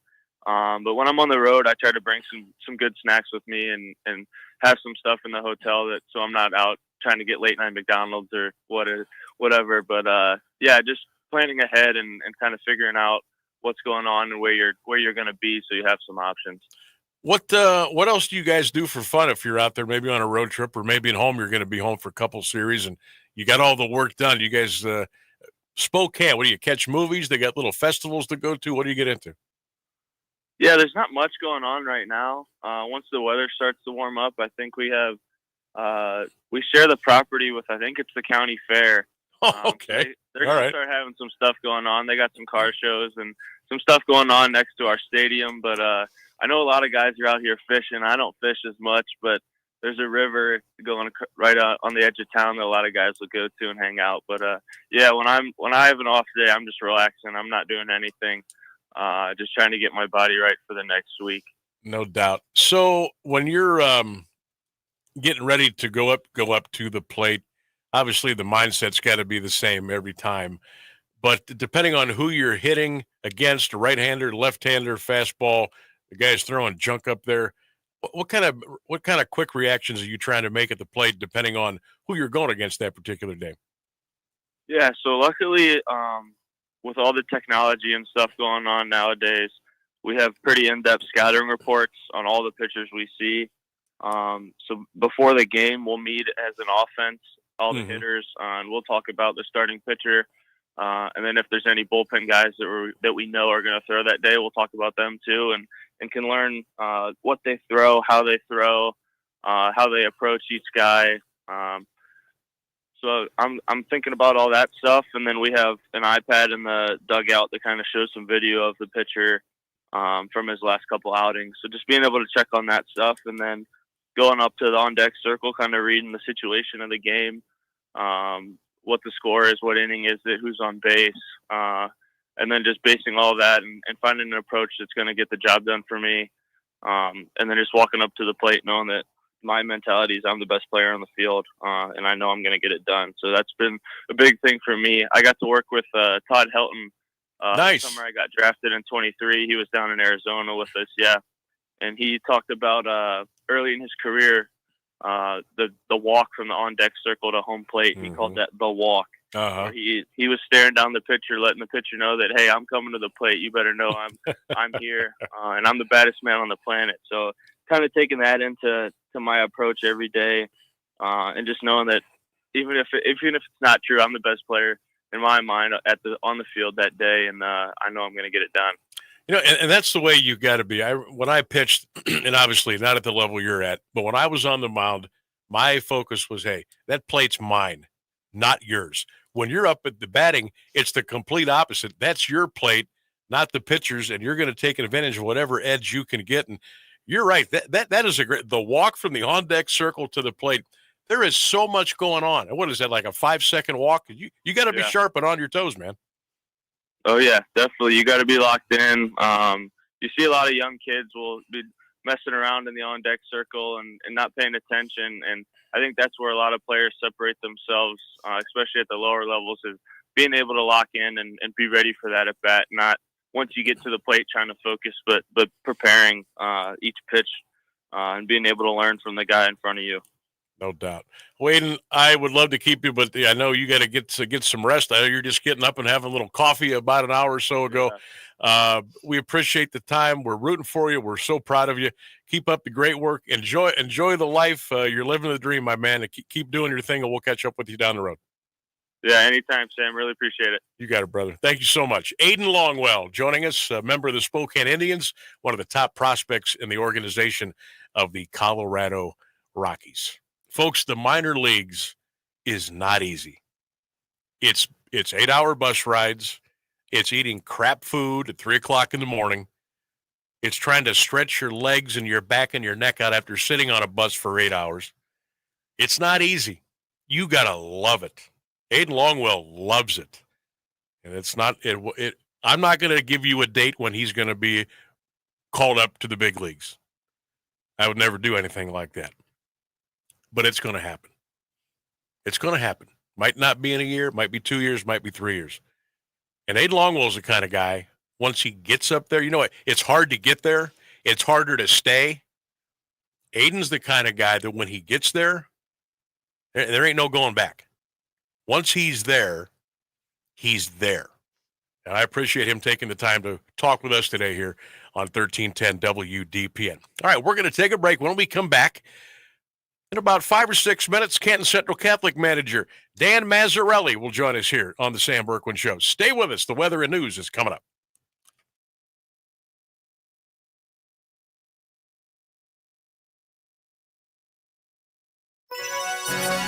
The latest news and the current Alliance area weather forecast are up next on AM 1310 WDPN. Good afternoon. It's 4:30. The Israeli prime minister says his country is letting in what he describes as the basic amount of aid into Gaza. Only 5 UN trucks entered the region today as conditions there worsen amid more Israeli airstrikes overnight. Benjamin Netanyahu says a new aid plan could begin in the next few days. ABC's Tom Sufi Burge is at the foreign desk with more. It would be the Israeli military and private companies, American companies, strictly controlling zones where people would be vetted within Gaza to see if they could get access to humanitarian aid. Now, Israel says it is doing this to prevent, quote, aid falling into the hands of Hamas. But aid agencies in the UN have completely rejected this plan, saying it runs contrary to the basic principles of the distribution of humanitarian aid. And they accuse Israel of using the distribution of humanitarian aid in its military strategy in Gaza, something Israel rejects. President Trump says Russia and Ukraine will immediately begin ceasefire negotiations after what he describes as an excellent call with Russian President Vladimir Putin that lasted more than 2 hours. Trump also spoke today with Ukrainian President Vladimir Zelensky and European European leaders in hopes of making progress toward a ceasefire. The conversations came after the White House said the U.S. leader has grown frustrated with both sides over the continuing war in Ukraine. The White House says it expects Republicans will back the budget bill that would expand the 2017 tax cuts and enact many of the president's energy and border priorities. The so-called Big Beautiful Bill cleared the House Budget Committee Sunday night, with GOP opponents biting their tongues and abstaining. ABC News national correspondent Stephen Portnoy has more from Washington. The 4 Republicans on the House Budget Committee who voted present are conservatives who complain the measure doesn't claw back enough climate subsidies and sets new Medicaid work requirements too far into the future. House Speaker Mike Johnson vows to continue tweaking the bill. He'll also need to do more to win the support of moderates who want a full restoration of the state and local tax deduction. Johnson hopes the House will pass the bill by the end of the week. Singer Dawn Richard has told the jury in the sex trafficking and racketeering trial of Sean Diddy Combs that he threatened her with death if she told anyone that she saw the hip-hop promoter beat his longtime girlfriend, the singer, Cassie. Prosecutors were using the testimony from Richard today in Manhattan federal court to show that Combs used violence and threats to control others as he leveraged his fame to get what he wanted. He has pleaded not guilty. Combs' lawyers say prosecutors are showing proof of domestic violence, but not the federal crimes with which he's charged. It's 63 degrees in Alliance at 432. This is WDPN News. I'm Jeff Mears. Now, the Alliance Area Weather Forecast from Mark Johnson on AM 1310 WDPN. Taking a look at the forecast. For the remainder of the afternoon, mostly sunny skies and a high near 64. For the overnight, mostly clear skies and a low near 42. Tomorrow, increasingly cloudy skies with a chance of afternoon showers and a high around 65. That's your WDPN weather. Hey, class of 2026, you are this close to senior year. Are you ready? Get ready to see yourself in a whole new light. Laura Esposito is not just taking pictures, she's creating confidence, one epic senior portrait at a time. Imagine walking out of your photo session feeling like your absolute best self, with images that make you say, wow, is that really me? Seniors, this is your moment to shine. And Laura means really shine. Her sessions are part photo shoot, part confidence boost, and 100% fun. Parents, you'll love how she makes the entire process smooth and stress-free. Serving all Stark County schools and surrounding areas, Laura transforms senior year milestones into jaw-dropping memories that'll make you smile for years to come. I see you, I hear you, I've got you, every step of the way. Ready to look and feel incredible? Book your senior session today. Visit LauraEspositoPhotography.com or call 330-704-6473. Your most confident self is waiting. Got big dreams of a better career? Whether you're looking to learn new skills, land your next job, or refine your resume, Ohio Means Jobs, Stark and Tuscarawas counties is here to help you turn that daydream into your day job. We will provide everything you need to succeed, from resume assistance to job search guidance and everything in between. Call us or visit our website at omjwork.com to learn more, because your future is closer than you think. This is the Sam Bourquin Show on AM 1310 WDPN. All right, we're back here on the Sam Bourquin Show. Thanks to Aiden Longwell for joining us for about 10 or 15 minutes today. I really appreciate Aiden joining us on the show today, and continued success. He's in the Colorado Rockies organization, and right now he's hitting the ball pretty good. 273, 6 home runs, 28 RBI, and getting better and better every day. Coming up here in just a minute, we're going to check in with the head baseball coach of the Canton Central Catholic Crusaders, Dan Mazzarelli. He'll be joining us here in just about a minute or so. Guardians have lost 4 in a row. They're going to try to get things together beginning tonight in Minnesota. Come on. Don't want to go on a 6, 7, 8-game losing streak. You don't want to lose 9 of 12. Again, you're 25 and 21. You're 5.5 out. You're already 5.5 out. Plus, you got Detroit coming up here for 4 after the Twins series. So you want to get at least 2 out of 3 here from Minnesota. and then Detroit, you really need to split. Oh, and then the Dodgers. It's going to be a tough 7 to 10 days. It's going to be a tough 7 to 10 days. Guardians 25-21 on the year. And again, I told you the Tigers aren't going anywhere. They're not. So beat the. Okay. All right, we're going to do a little. Here you go, Rainsburg. Try that one right there. It would help if the show host would actually give his producer the right telephone numbers, but apparently I keep reading the numbers backwards for some reason. What do they call that? And so we're trying to get a hold of Coach Maz here in just a minute or so. Quickly, want to shout out Paul Hesse and the Mount Union Purple Raiders. They didn't get out of their regional this weekend, but they got a win. They got a 10-0 win. It was double elimination. They went 1-2 over the weekend. But an historic season for the Purple Raider baseball team. So congratulations to the Raiders. They had a great season. First of all, they bumped up their non-conference schedule. They were playing some teams when they went on those spring road trips, okay, down south. So that's I think that's where it all came together. And they got some camaraderie, they got some unity, and they were starting to put some things together. Then they went and played in the OAC, had a great conference year, hosted the OAC conference tournament. Then they made the regional tournament as an at-large team and were able to host over the weekend.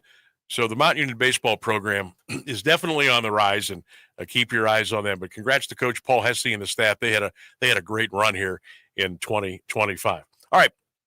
Speaking of a team that usually about this time of the year starts to put it together and get a little better, and they make a little run in the tournament.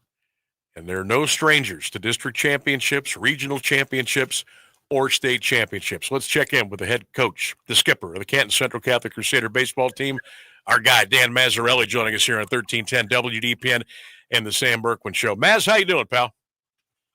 Good, Sammy. How are you? I'm doing well. Okay, before we go any further, I want to make sure I got to get the record. You're 15-5, correct? What's your number, Sammy?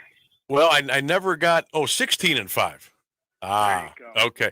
I never saw a score for the St. Tom game. I assumed you won that, but I didn't see that. Okay, so 16-5, and your next game is against Lake, correct, on a Wednesday? Yes. Okay, awesome. All right, so a good strong finish to the schedule here. If Mother Nature does not intervene, you've got Lake coming up, you've got Clearview, and then also it's going to be tournament time here before you know it. So, Maz, get us caught up, the Crusaders here in 2025. How we doing right now? How we playing? How's the pitching? How's the depth? What does it look like from your point of view right now? Well, right now we're kind of clicking on all cylinders. We're playing really good baseball. We're playing really good teams. We faced Marlington's number 1 last week, as well as Lake Center Christians. So that was a big help. Played Dover last week as well. It was a very strong contender in Division III in the East District. So we've been kind of putting it together a little bit. All three phases, pitching, offense, and defense.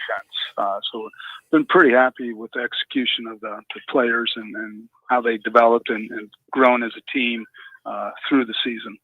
And as usual, Maz, a tough schedule, even some of the ones that you didn't come out on top. Hoban, St. Vincent, St. Mary, great experience there. You knocked off a pretty good Louisville team. You beat a pretty good Massillon team. You got to win over Cardinal Mooney. You mentioned the Marlington game. They're having a pretty good season. Copley, a doubleheader sweep there. Or you thought you would be where you're at right now, or are you still looking to maybe kick it up another level or two? Well, it was hard to say. I like I said, I like where we're at right now as a team. At the beginning of the year, we were going through some growing pains, trying to figure out some positions, trying to figure out the pitching staff, the batting order, of course. That field game was early on in the season. I think the first or second game. And that's a real good ball club and a real good team to start off the season with. And, we came up short by a run on them. They're ranked pretty high and have a pretty good record this year as well.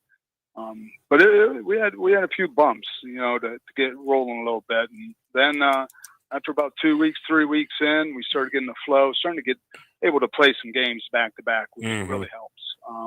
We had times we were a week and a half without playing, and that's no good for anyone. Being inside and just hitting and with the facilities we have, we just got to make do with what we got and kind of get better with that. And so, which kind of really helped us. I think our offense is probably one of the better offenses we've had in a long time.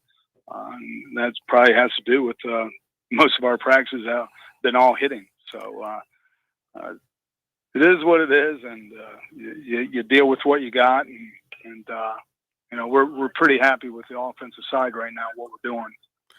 Maz, Scheduling wise, so you've played 21. I think you're allowed to schedule 30 or 27. So is there games you're going to be able to get back and play, or you're going to just kind of move on? Well, we got after the sectional, we do the traditional. We play St. Ignatius on Saturday this week as well. Okay. So hopefully good things happen on Friday night, because that would be a great tune-up game before the districts and playing Iggy at home at Doug Miller Field. So we're pretty excited about that. Hopefully we can do that. Then, if luck's on our side and we are playing next week, then we'll try to get some feeler games. And it gets tougher because you try to look who won, who didn't win, and they want to get a tune-up as well. So that's what you try to do in the high school baseball season, late May, is trying to figure out who's still in the tournament, who's willing to do a little traveling, and who's not. Yeah, I know there's a lot of work to do, and it's like every day is different, man. You're shuffling it because you just don't know what's going to happen from day to day. Dan Mazzarelli is our guest, outstanding skipper of the Crusaders of Canton Central Catholic. They're 16-5, and of course the tournament is right around the corner, which means one thing: pitching. How's the pitching staff looking? Number 1, number 2, number 3 in the pen if you've got to go down there and get somebody? What are we looking like there? Well, that's where we had the biggest question marks coming into the season was pitching. Who's going to be our number 1, our number 2, number 3? And to be honest, we had a couple guys step up. Austin Coy came up, and he's got to say our number 1, and still our number 2 and 3. It's still kind of in the air, but we had a terrific sophomore come up, Nolan Bunner. Mm-hmm. And I'm telling you, this kid is he's not going to pass the eye test. He's not a 6'5" guy throwing 95, but what does he do? He just pounds his own. He pounds his own, and he's faced St. V. He's faced Hoban, I believe Maslin. He's faced some pretty stellar opponents, and came out on top. Faced Dover the other day. I think he's 5-1. His ERA is like 1.09. Wow. 35 Ks, 5 walks. So we're really pleased with Nolan Bunner. But I guess we could call him our number 2 then. And after that, it's a lot of bullpen. And, all you need is really 2 dudes to get you through the postseason.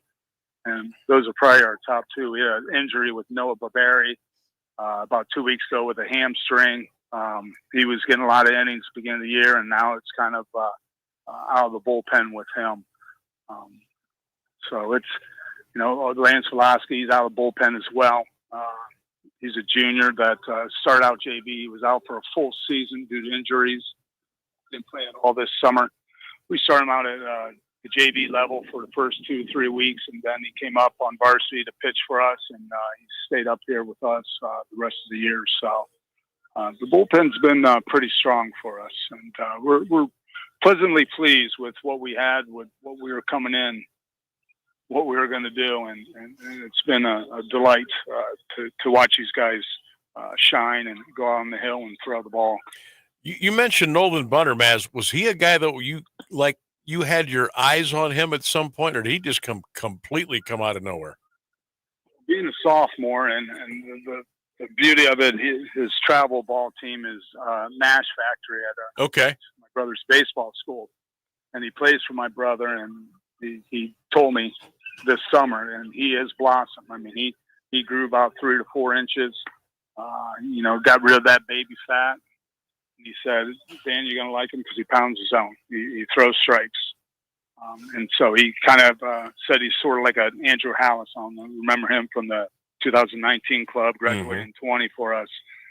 Not a eye test guy, not a guy that throws hard, but throws strikes and pounds his own and competes out there. And that's one thing we liked about Nolan. When we first put him out there, obviously we were a little nervous, but I've never seen a guy show no emotion out there in a long time. And he doesn't show any emotion, nothing, just it bounces right off him. And it's been a big plus for us, a big plus. Oh, that's the kind of cat you want on the mound. I'm telling you that right now. Dan Mazzarelli is our guest, the outstanding head coach of the Central Catholic baseball team, joining us here on the Sam Bourquin Show, 1310 WDPN, and also the Q92 Radio Facebook page and YouTube channel. And I do got to shout out the Mazzarelli. Is the Mazzarelli Baseball School, or they just call it the Mazzarelli Baseball Complex? What's the term? It's Mazzarelli Baseball School. Baseball School, okay. Yeah. Moms and dads, if you're looking to get your youngster better in baseball, there's no better place to go than the Mazzarelli Baseball School down there in Bowler, right off of 212. So going into the tournament now, and tournaments can be funny. I mean, one bad day and it all comes apart, or you could just catch fire and you could win 2, 4, 6, and pretty soon you're standing on top of the mountain. What kind of vibe do you get from this year's club? You've been around the game long enough. What kind of vibe do you have with this year's team? Well, it's like you said, it can be very interesting. You try to hope your team doesn't play the level of your competition. You want to play out there and go compete to whoever we draw. And we got Lorraine Clearview coming up. We don't know anything about them. All we know is they're from Lorraine. So they're going to come in, be the first opponent. Obviously, we're going to see their number one. We still don't know what we're going to be doing in our situation with the games that we do have coming up. And so we had Austin Coy kind of hurt his ankle in the Aquinas game. So he might not be 100% yet. So we're kind of just playing it by ear, letting that thing heal, letting him sit out here during practice today and rest it. So you never know with tournament what you're going to have and what's coming in, and that's the scary thing because we don't have the people to go out and scout left and right. So we just kind of just say, hey, play Crusader baseball, limit team to 3 outs, put a couple runs on the board, and pitchers do your job, and hopefully the best comes in our favor. I want you, if you got a couple of minutes, to talk about your staff, if you would. I know those guys. I love those guys. I've been friends with them for years, and everybody. And I mentioned you played at Central. You've coached there. Every year there's big expectations, especially not being in a league. You want to go win the whole thing, and you guys have done that a couple of times. But to have a staff and to keep guys together for as long as you guys have been able to do that, how important are they to you in the program day to day? Well, it's important, like you said, you played with most of this crew, and we're just trying to stay healthy ourselves out here every single day, hitting the ball and throwing the ball to the kids and trying to get them ready and get the field ready. And, you played with 2 of the guys here on this staff. The other one's Glenn Richardson, who's our pitching coach, came over from Jackson. He's the young buck on our varsity staff. So, but Austin Beck, he's our assistant, controls the infield. Rick Temsey controls the outfield. We've been together since I've been here. When I started in 16 as a head coach, and I grabbed these guys right away. And we all 4 played together. So the friendship and the camaraderie we have, and we kind of think alike, speak alike, and do everything alike. We've been around each other for over 30, 40 years. So it's great to have the crew back. And, we want to go and win one as a group. And hopefully that can happen this year.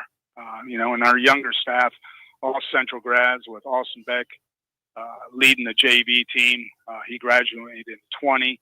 We got Michael DeMario helping him out. He graduated in 2015, also a state champion.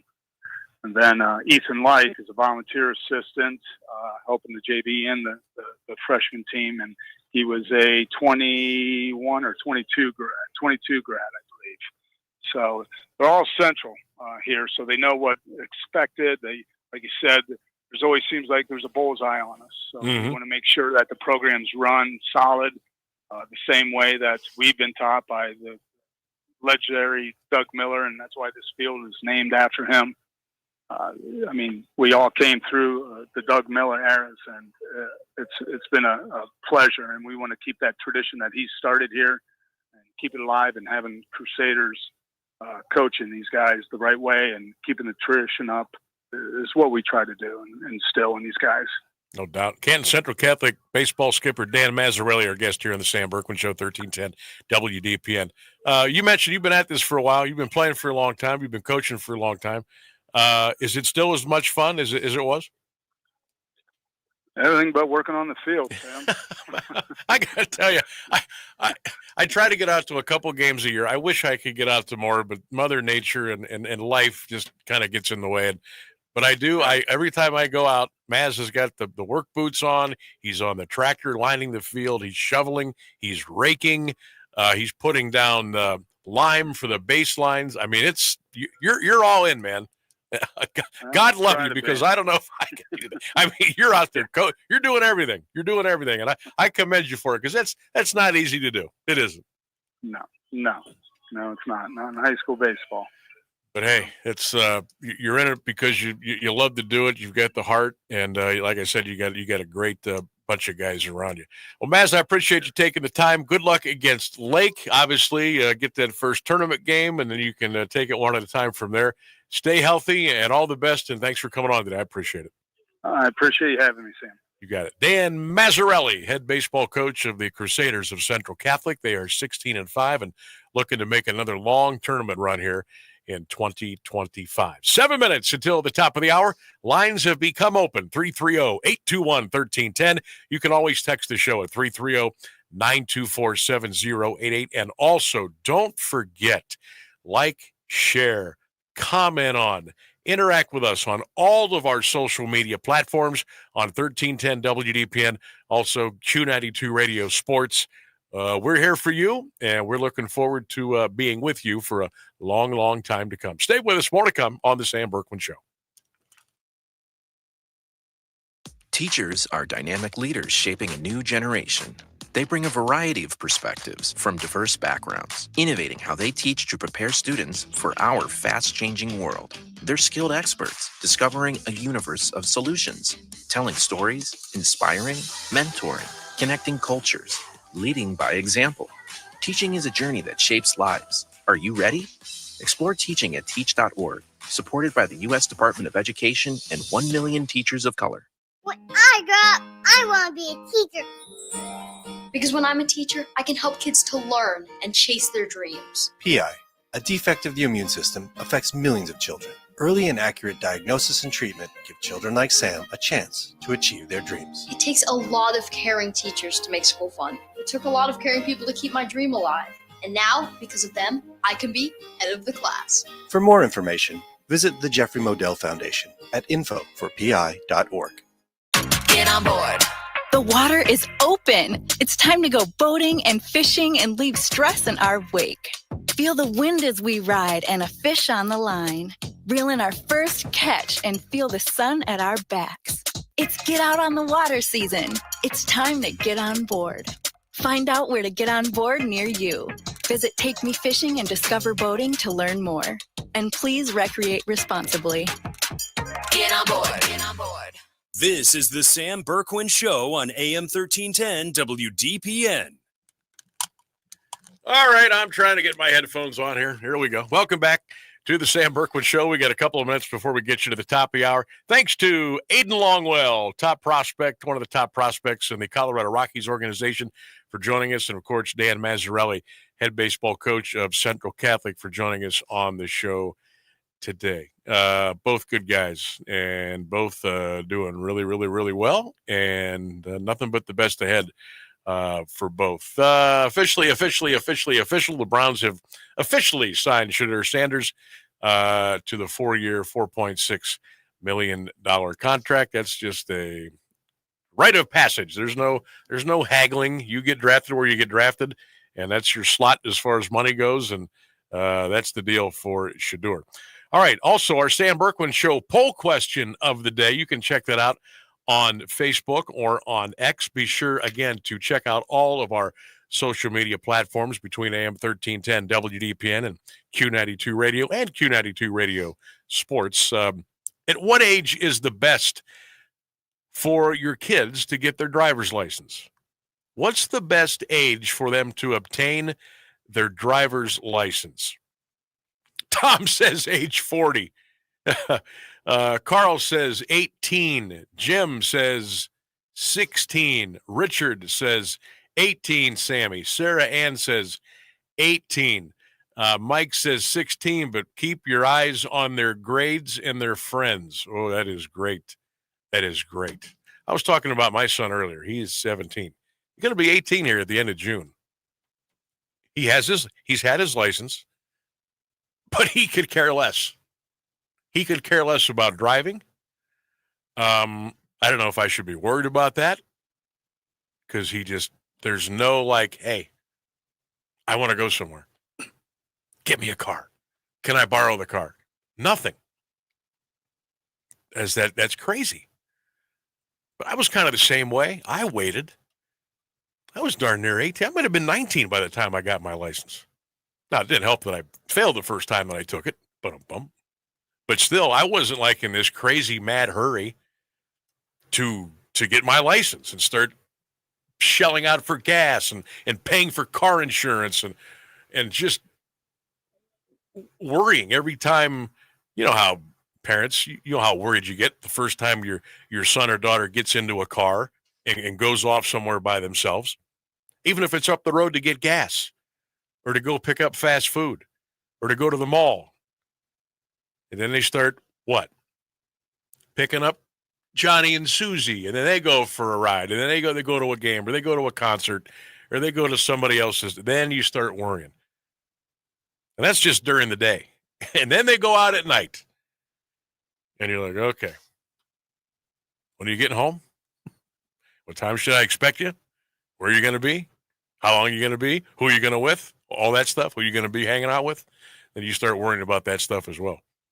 But me personally, I think 16 is too young. I think you should be at least 17 before you can get your driver's license and start driving. That's just me. I don't know what you all think about that, but that's why we got the poll question out there today.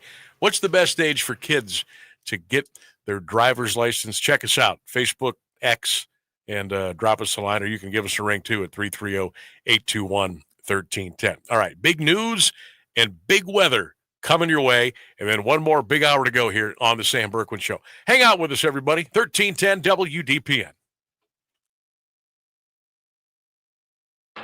Keeping Alliance entertained and informed for over a half a century. AM 1310 WDPN Alliance.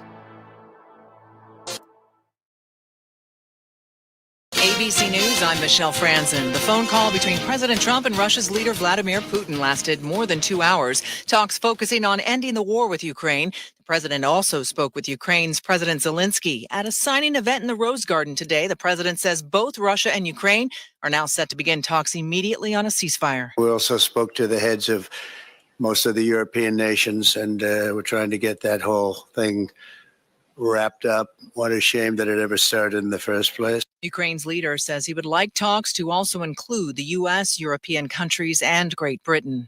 The NTSB just beginning its investigation into the Mexican Navy ship that drifted into the Brooklyn Bridge Saturday, snapping its masts and killing 2 people and injuring more than a dozen others. The captain says the ship lost power before it crashed. The United Nations says the first aid shipments into Gaza have resumed following nearly 3 months of a full blockade imposed by Israel. This is ABC News.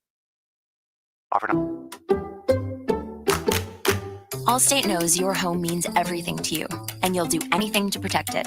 But not just with any protection. You want insurance that'll be there for you and your family when you need it most. And that's what Allstate's been doing for over 60 years. So check Allstate first for home insurance you can rely on. You're in good hands with Allstate. Savings vary. Coverage subject to terms, qualifications, and availability. Allstate Vehicle and Property Insurance Company and affiliates, Northbrook, Illinois. Summer is calling, and guess what? Macy's has the answers for every adventure, with new swim trends and sandals to take you from the beach to the beach bar. Plus, linen suits from Tommy Hilfiger and Michael Kors, and dresses from CC to take you from brunch to the dinner party. Even better, get it all for 25 to 60% off at our Memorial Day sale. So wherever this season takes you, make Macy's your first destination. But hurry, the sale starts Wednesday. Savings off sale and already reduced prices. Exclusions apply. Now, the latest Alliance area news from Jeff Mears on AM 1310 WDPN. Good afternoon. It's 5:02. A Stark County judge has sentenced a Massillon man to life in prison with a possibility of parole after 15 years. Common Pleas Judge Frank Forcioni handed down the punishment today to 37-year-old John Kane. He pleaded guilty to charges of rape and sexual battery. Prosecutors say Kane sexually assaulted a girl from January 2018 until April 2019. The victim was 7 when the abuse began. Kane must register as a Tier 3 sex offender after his release. He was indicted last month. Canton police are investigating a shooting that occurred Sunday morning. Around 3:15, officers responded to the 2400 block of Lake Road Boulevard Northwest. Police say a 40-year-old Canton man was shot by an unknown suspect. His condition was not available. The Ohio Attorney General's office has released a report concerning missing children. Local law enforcement and the National Crime Information Center, operated by the Justice Department, work on missing children cases. According to the report, 21,342 people were reported missing in Ohio in 2024. That's about 1,000 fewer than the previous year. Of the total, roughly 16,400 were children, or about 1,000 fewer than in 2023. Nearly 97% of the children were recovered safely by year's end. 3 were found dead.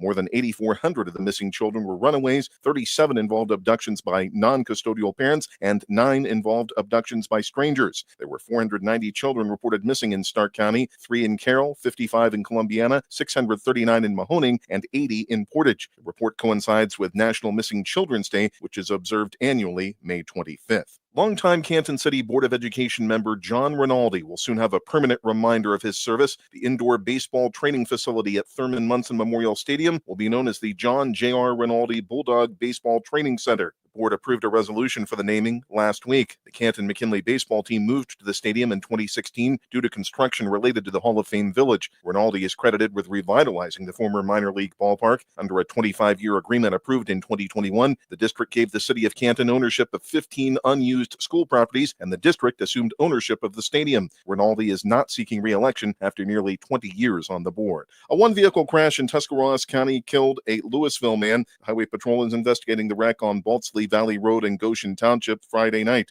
26-year-old Jacob Gord was pronounced dead at Union Hospital in Dover. The patrol says alcohol and drugs appeared to be a factor in the crash. Gord was reportedly southbound when his vehicle left the road, struck a culvert, and overturned several times. He was not wearing a seatbelt and was thrown from the vehicle. A man was shot at a gas station in Youngstown. Police responded to the McGuffey Road location around 11 a.m. Saturday. Officers were flagged down nearby on Berkeley Avenue for the victim, who was transported to a local hospital. His condition was not available. A female with a gunshot wound was driven to a local hospital in a private vehicle around the same time. An investigation continues. Youngstown police say 2 homes were struck by vehicles. Separate incidents occurred Sunday morning. A car crashed into the front porch of a home on Himrod Avenue around 2 a.m., causing heavy damage to the vehicle. The people in the car fled the scene. Around 10:45, a vehicle hit a house in the 3000 block of Idlewood Avenue. The car then struck a fire hydrant and the house a second time. No information was available about the driver or any passengers. Shortly after the first wreck, a car fleeing police ran a stop sign and hit the back of a Youngstown police cruiser. The officer was not injured. The car's driver suffered minor injuries and was taken into custody. A speeding driver eluded a police officer Sunday night in a chase that ended with the cruiser crashing into a business. The pursuit began when a New Middletown officer observed a speeding car. He chased the vehicle at speeds reaching 100 miles per hour across the Pennsylvania line into Lawrence County. The pursuit ended when the cruiser crashed into a business at Mohawk School Road near the school district complex. The speeding vehicle eluded capture and the driver is still being sought. The officer was taken by helicopter to a Youngstown hospital with broken ribs.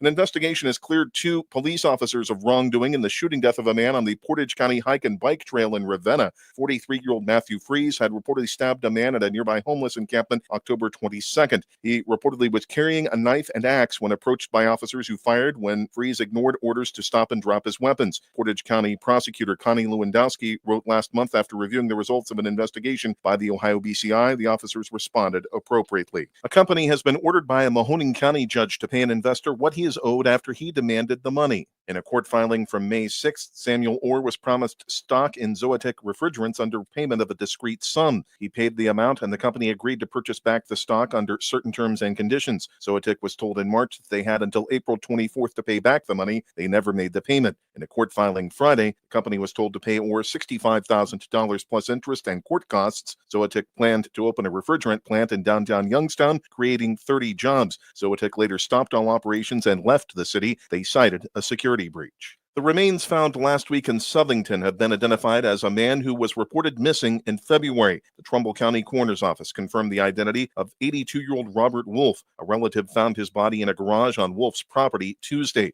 Investigators believe Wolf took his own life. An arrest warrant issued last week against a former candidate for mayor of Youngstown has been dismissed. John White appeared in court Wednesday, charged with disrupting public service and domestic violence. He had filed with the Mahoning County Board of Elections to run for mayor as an independent. According to WFMJ-TV, White became angry with a family member May 2nd who declined to run in White's place when he learned he had been declared ineligible. White was arrested and released the same day. The case was bound over to the Trumbull County grand jury. Police called to a convenience store in Warren overnight found a man shot to death. The incident took place at West Market Street and Southern Boulevard around 3 a.m. The victim, who has not been identified, was found in a vehicle. Detectives continue to investigate. A Warren woman faces a possible indictment in a fatal crash. A grand jury will consider a charge of aggravated vehicular homicide against 35-year-old Brittany Olam after the accident on Route 46 early on November 3rd. Her vehicle left the road on a curve and went down an embankment. Olam and a passenger were thrown from the vehicle. 31-year-old Frank Walter of Cortland came down in the road where he was hit by another vehicle.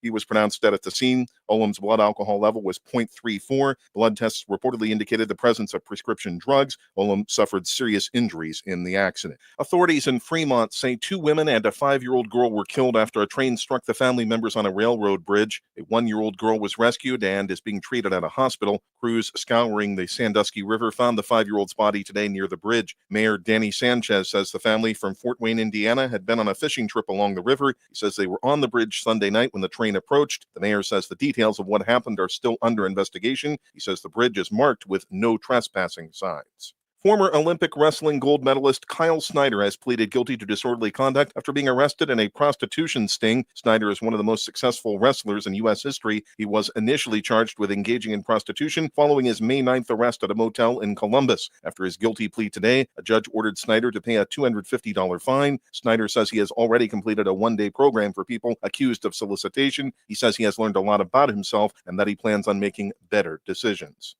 Taking a look at Wall Street, the Dow Jones Industrial Average closed today at 42,792, up 137 points. The Nasdaq Composite ended the day 4 points higher at 19,215, and the S&P 500 closed at 5,963, up 5 points. It's 63 degrees in Alliance at 5:09. This is the local edition of WDPN News. I'm Jeff Mears.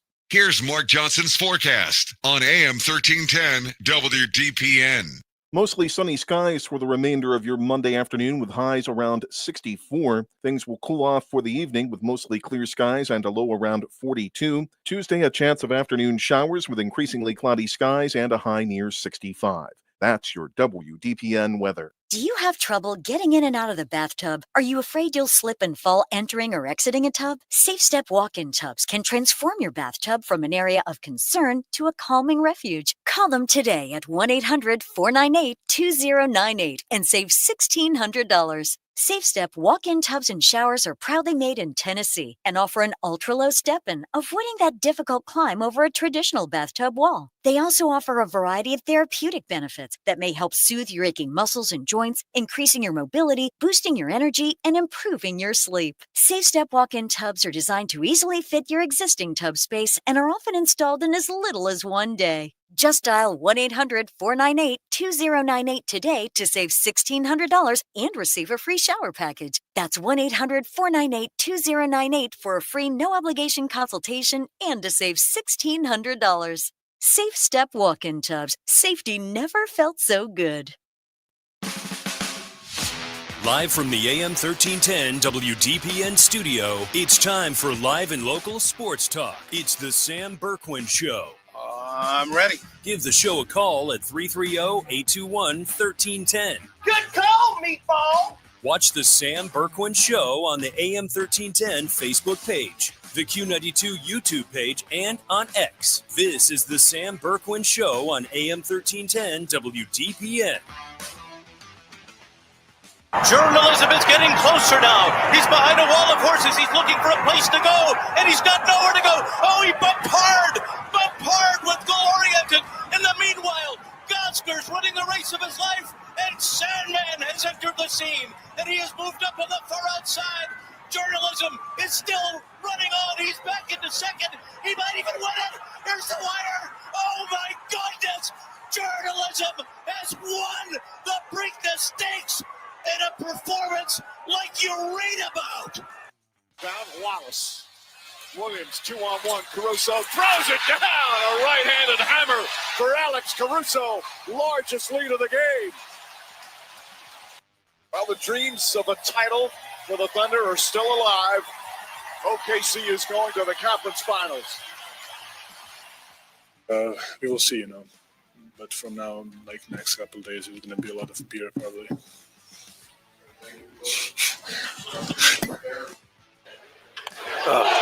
He's done it again. 4 games in a row. Will Benson has blasted one into the cheap seats. 3 straight against his old club, and he gives the Reds a 2-0 lead. And that coming on another slider.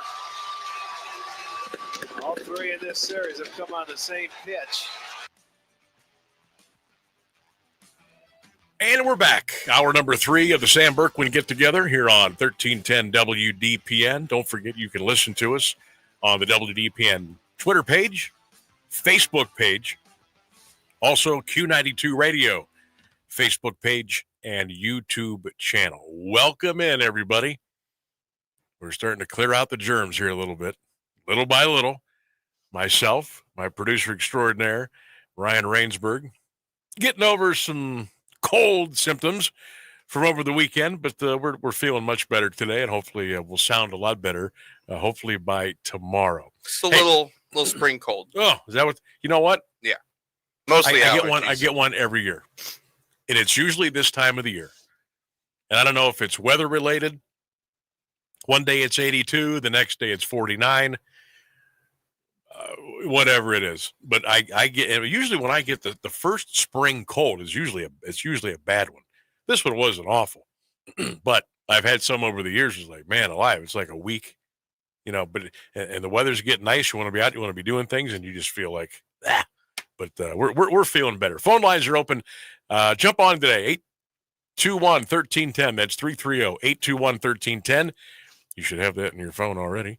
And you can text us as well. Keep this number handy, 330-924-7088. Want to thank Aiden Longwell for joining us in the 4 o'clock hour today. Climbing the ladder with the Colorado Rockies minor league baseball system. Appreciate Aiden joining us today. And Canton Central Catholic coach Dan Mazzarella, he joined us also in the 4 o'clock hour. Coming up here in the 5 o'clock hour, we're going to hear a little bit from Cavaliers general manager Kobe Altman. He met with the media today. The season-ending press conference, if you will. We'll hear a little bit of that from Kobe Altman coming up here on the show. It was pretty good. He was a little more forthcoming than what you would expect out of a general manager. Usually they don't tell you anything. They talk a lot, but they don't really say anything. He was pretty open with some of the questions from the media today. So we'll let you get a little bit of that coming up here on the show. Now, that doesn't change, how I view the Cavs or how I feel about the Cavs now that they are done and have been done now for several days. It doesn't excuse the fact that guys like Jared Allen, I don't think have it in their DNA to go out there and play like a Dennis Rodman or a Draymond Green or a Bill Laimbeer. That's just not who he is. It's not who he is. And he's probably not going to change. Experience does not make you tougher if that's not in you. You get what I'm saying there? You just can't say, well, I was in the playoffs for 4 years, now I'm going to be tougher. If you're not that kind of a player, you're not that kind of a player. I thought Evan Mobley toughened up a little bit, but he needs to go a long way.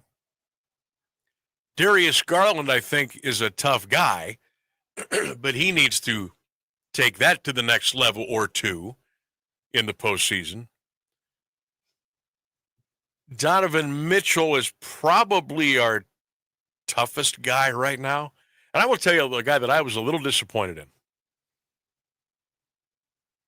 Not because of his talent, but DeAndre Hunter.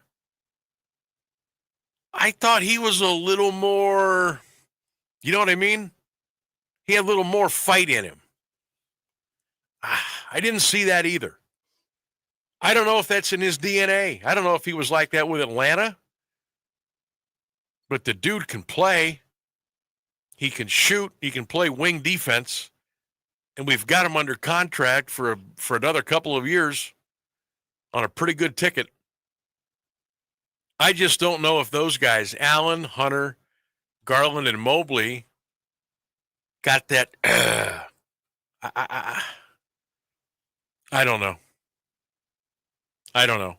I was listening to the Bill Simmons podcast today, and I think we've got that cut. I don't know if, Ryan, you have that cut, the Bill Simmons podcast. You still have that over there? I have got it open right here for you. And I'm going to set this up because he was talking on his podcast today, and he had a guest on in the basketball circles, and they were just throwing trades around. And one of them was Evan Mobley for Giannis Antetokounmpo. I don't know how that works financially. Bill Simmons is a pretty sharp guy. He knows about the salary cap and the second apron and the luxury tax and all that stuff. I mean, they extended Mobley. They gave him the Supermax, so maybe it does work. I don't know. Look, Sam, I don't know about the money side of it, but I'm a Giannis fan, so I think that'd be cool. I am too. The only thing you're losing there is years. Giannis, I think, is 5 or 6 years older than Evan Mobley. That's a good point. He's been playing a while. But Giannis can still play. And look, sure. He took the Milwaukee Bucks on his shoulders for an NBA championship a couple of years ago. But anyway, here's Bill Simmons on his Bill Simmons podcast today, talking about the Bucks and Cavs maybe doing some blockbuster deal. They were kind of kicking that around today.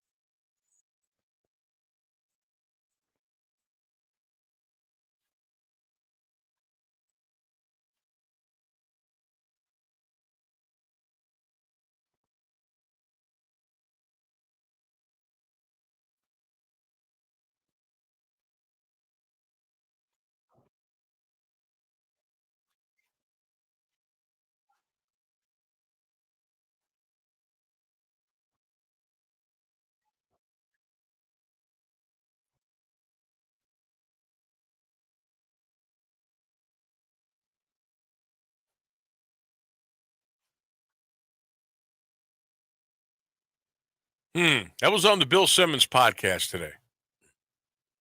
What do you think about that? Mobley for Giannis.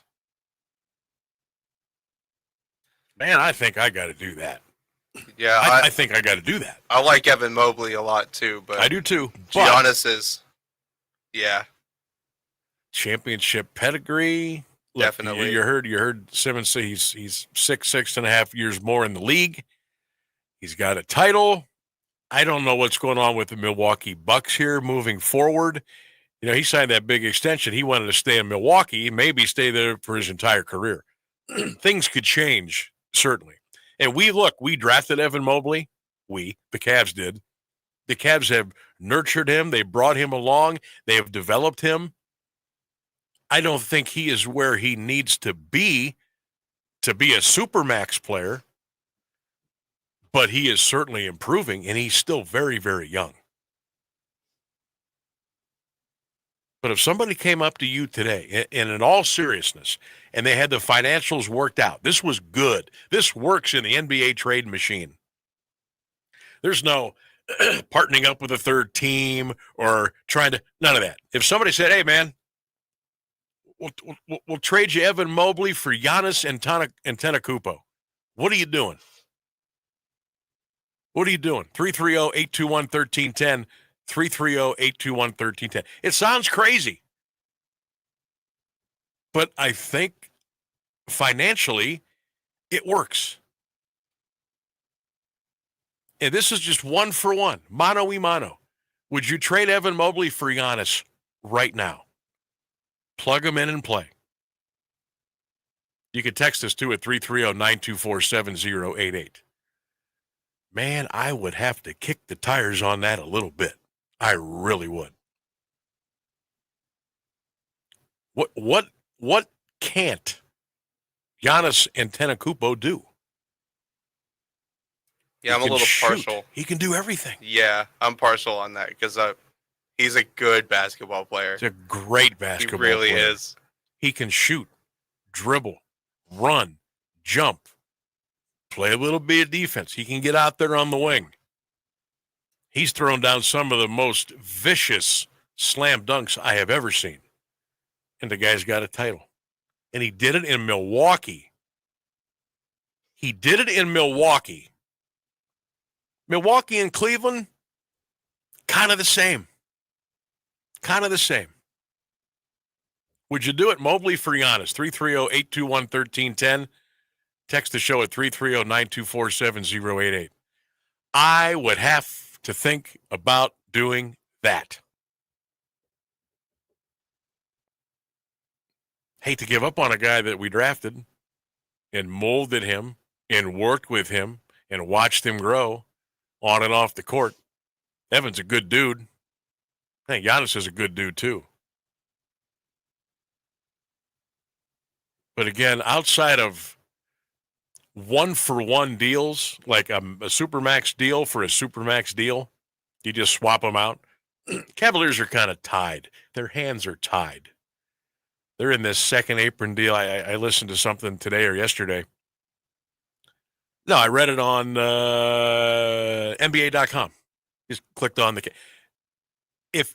If the Cavaliers would bring back Ty Jerome, and I don't think that they will, for like a year at like $12 million, that would be like another $70 million added to the cap because they're already open over this second apron thing, and it gets really cloudy and confusing. Easy for me to say. But that's the kind of financial pain that they're in. Just to bring back a guy, a role guy, on a simple one-year deal for $10, $12, $13, $14 million, it will kill them on the cap. Now, look, I know Dan Gilbert doesn't care about that usually. Like when he feels the Cavaliers are on the cusp of winning a title, he probably would say, do it. I don't care about the cap. I don't care about the luxury tax. Do it. I don't care if it's the 25th apron. Do it. I don't think the Cavaliers are there yet. So I would be a little surprised that that they would do that for a guy like a Ty Jerome. That's just me thinking out loud there. But some interesting things to kick around. We'll check in with Kobe Altman after the break here at the bottom of the hour. We're going to step out right now. When we get back, it's that time on this day in sports history, right around the corner on the Sam Bourquin Show. Stay with us. 1310 WDPN.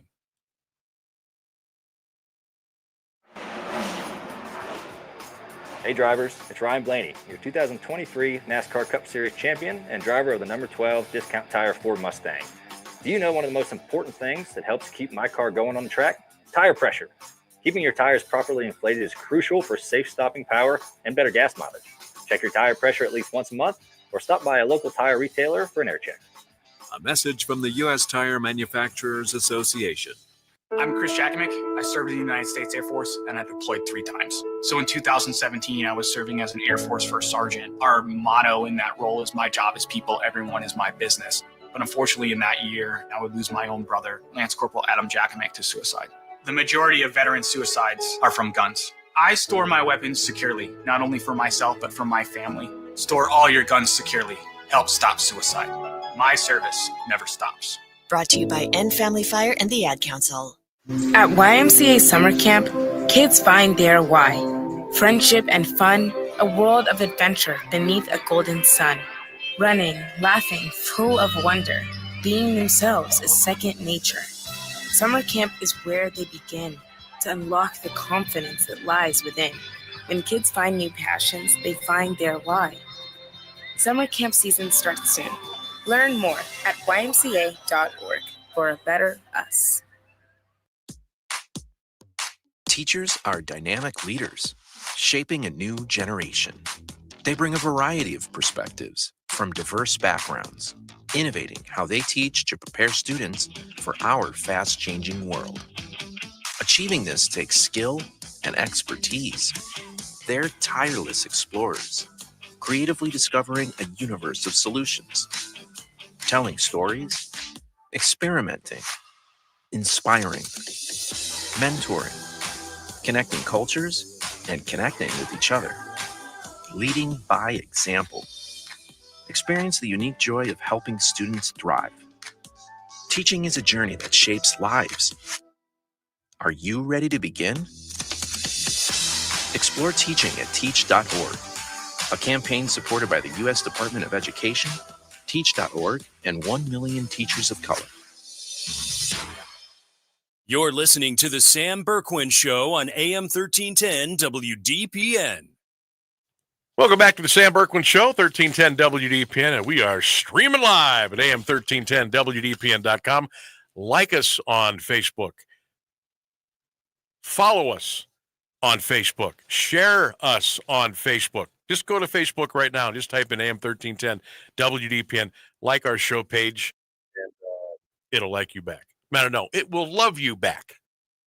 So check that out. We certainly would appreciate it. You can also like and share and follow the Q92 Sports page on Facebook as well.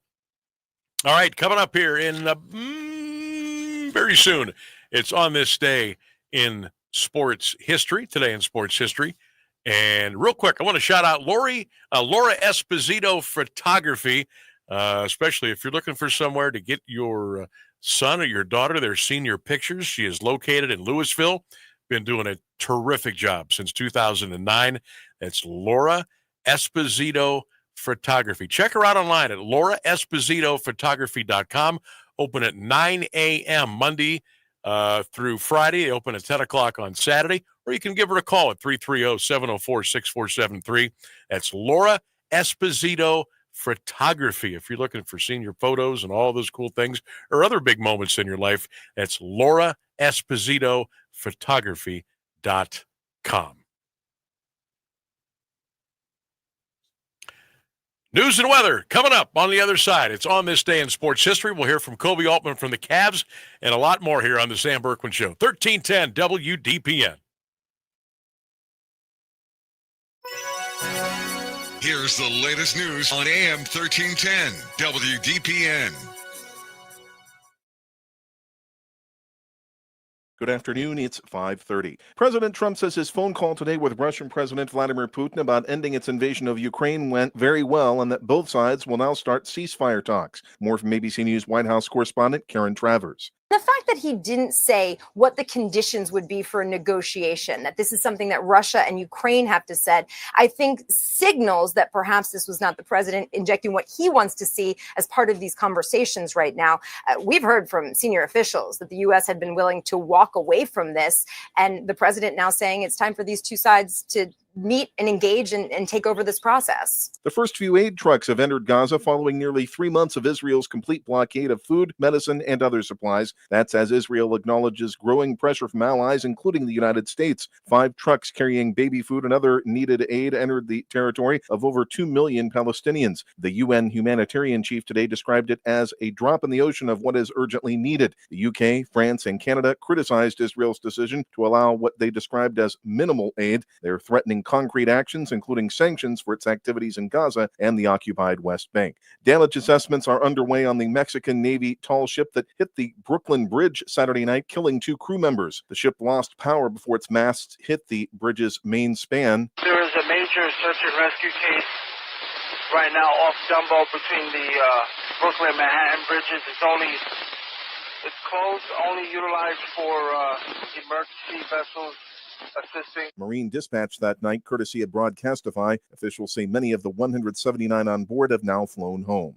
Authorities in Ohio say 2 women and a 5-year-old girl were killed after a train struck the family members on a railroad bridge. A 1-year-old girl was rescued and being treated at a hospital. Crews searching the Sandusky River found the 5-year-old's body today near the bridge. Fremont Mayor Denny Sanchez says the family is from Fort Wayne, Indiana, and had been on a fishing trip along the river. He says they were on the bridge Sunday night when the train approached. The mayor says the details of what happened are still under investigation. Sanchez says the bridge is marked with no trespassing signs.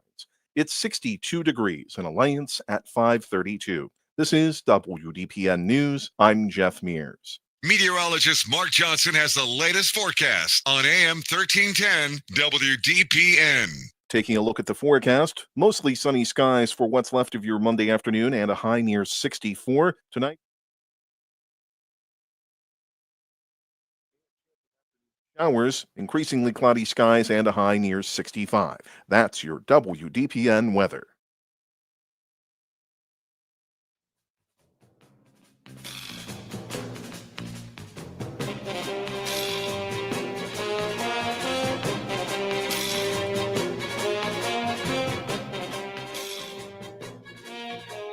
It is that time. A little bit later than normal, but hey, better late than never. It is today in sports history. In 1910, Cy Young of the Cleveland Indians got his 500th career win. On this day in 1912, American League president Van Johnson told the Detroit Tigers that if they continued to protest Ty Cobb's suspension, they would be banned from the sport of baseball. Holy smokes. 1918, the Washington Senators played their first Sunday game. They beat Cleveland 1-0 in 18 innings. On this day in 1935, the National Football League adopted an annual college draft. It began in 1936, and today we know it as the NFL Draft. On this day in 1984, the Edmonton Oilers won their first Stanley Cup. They defeated the New York Islanders 4-1 in a best-of-7 series. On this day in 1988, the Boston Red Sox retired Bobby Doerr's number 1. In 2002, Roger Clemens of the Yankees got his 287th win. He tied for 22nd place on the all-time victory list. And on this day in 1997, the Padres and the Cardinals played a baseball game at Aloha Stadium in Hawaii. But the big one today for us Buckeye fans, 1997 NFL Draft. Ohio State offensive lineman Orlando Pace was the number 1 pick by the St. Louis Rams.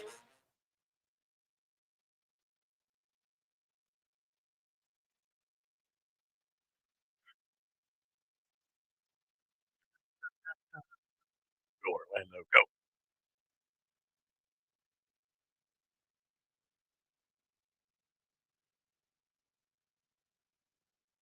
Orlando Pace, drafted on this day in 1997. Remember, he played quick. Where did he play high school? Anyone? Anybody? Rainsburg, I'll give you a guess. I'll give you a hint. Was it Orlando? No. I'll give you a hint. That would have been too easy. Cedar Point. Oh, so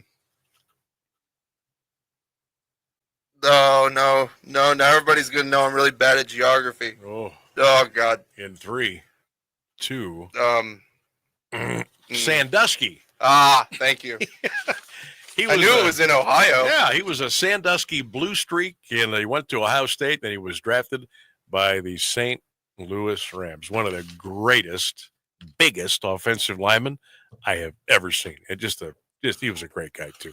All right, welcome back here to the Sam Bourquin Show. We are going to be with you until 6 o'clock tonight. Phone lines are open at 330-821-1310. You can text the show as well at 330-924-7088. Coming up on the show Wednesday, we will have NBC Sports color football analyst for college football, my guy, Todd Blackledge. He'll be joining us Wednesday here on the show in the 5 o'clock hour, so we are certainly looking forward to that. The Guardians will get ready to play the Twins tonight, game one of a three-game set. Cleveland 25-21 on the year, Minnesota 26-21. They have just come off of a 13-game win streak. Now, they lost yesterday, so they're probably angry. So the Guardians are coming to town. They'll have to deal with the Twins tonight, 7:40 the first pitch at Target Field up in Minneapolis. Scotty Scheffler was the winner yesterday of the PGA Championship. He cruised to the win. Picked up himself up another major, too. He is no doubt. I think, hands down, he's the best golfer in the world right now.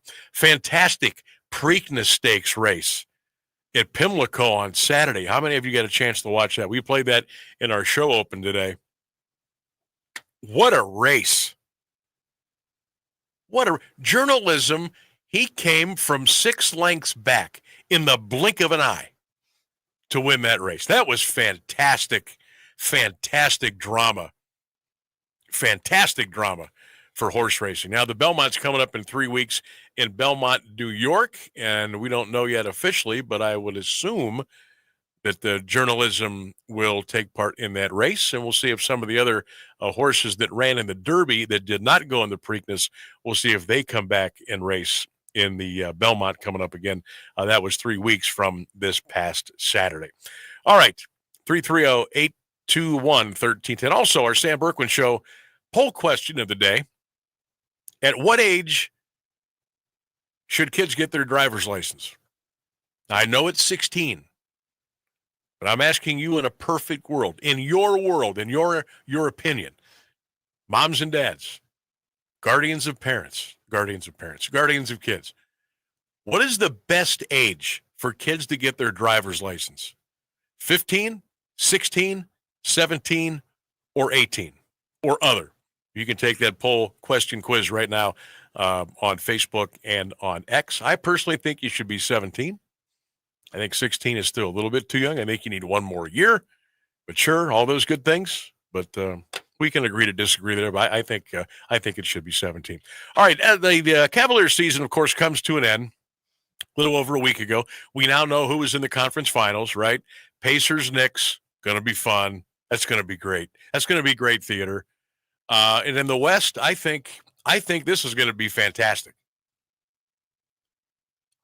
The conference finals might be better than the NBA finals. I think Minnesota and Oklahoma City, oh man, if you just want to sit back and watch some great NBA basketball, I think that's your ticket. And I think the Knicks and the Pacers, I don't think is going to be as pretty as Oklahoma City and Minnesota, but it's going to be fun. It's going to be great. It's going to be great theater. Can't wait to watch those games, which the Cavs were playing, but they're not. Last 3 years now, bounced out 4-1. Think about that, especially after winning 64 games, and you get tossed out. Again, this year, this time it was by Indiana. So, Kobe Altman met with some of the Cleveland media today up at the Cleveland Clinic Courts in Independence, Ohio. It was the last big press conference for the year. Some good stuff here from Kobe. Let's listen in here on 1310 WDPN. It's courtesy of the Cleveland Cavaliers.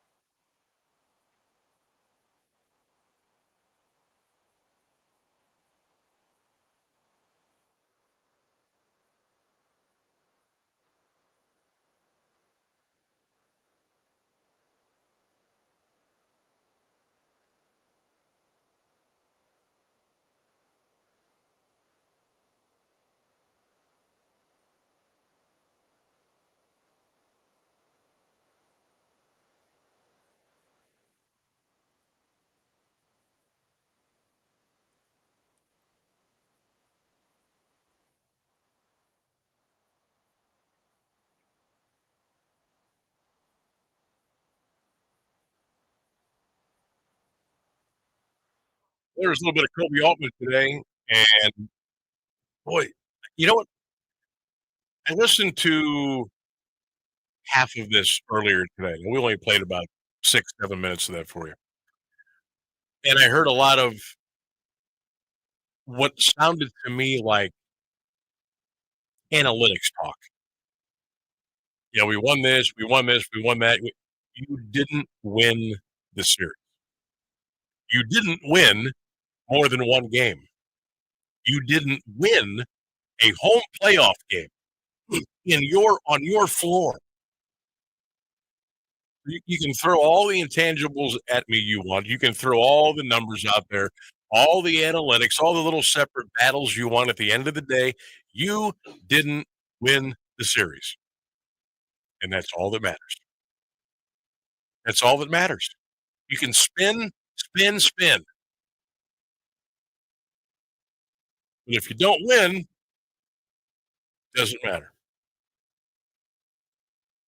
Another interesting offseason coming up for the Cleveland Cavaliers. How many times have we said that over the years?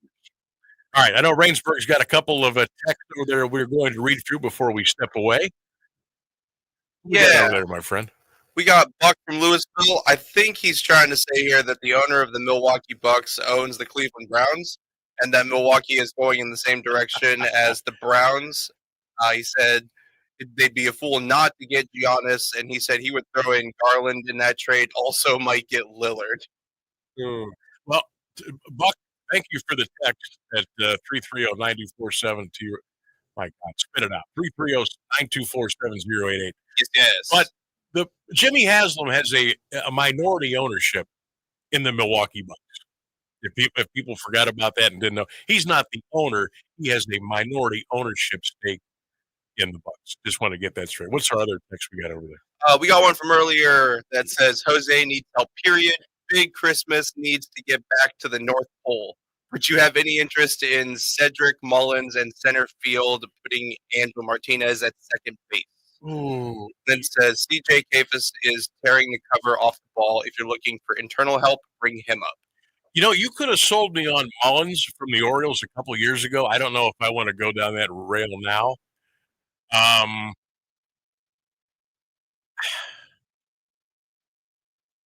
Between second and short. See, I'm a big Gabby Arias fan. I want to see this through. I want him out there. Obviously, Hosey's going to be at third.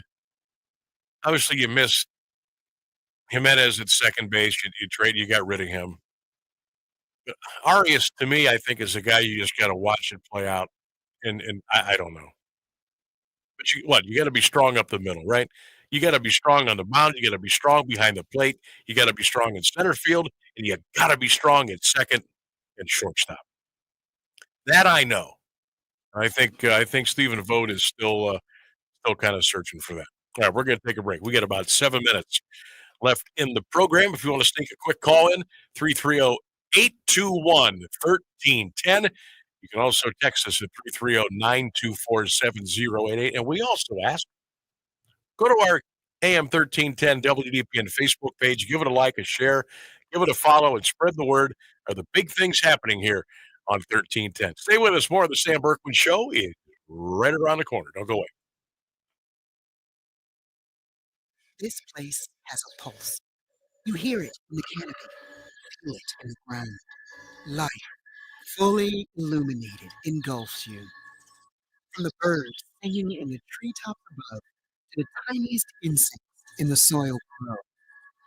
You take a deep, cleansing breath, filling your lungs with the essence of the forest. Now, imagine it's all gone. Healthy, life-giving forests reduced to nothing.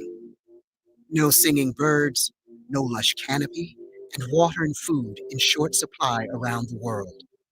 Time is running out to protect our forests, and without our love, they can and will disappear.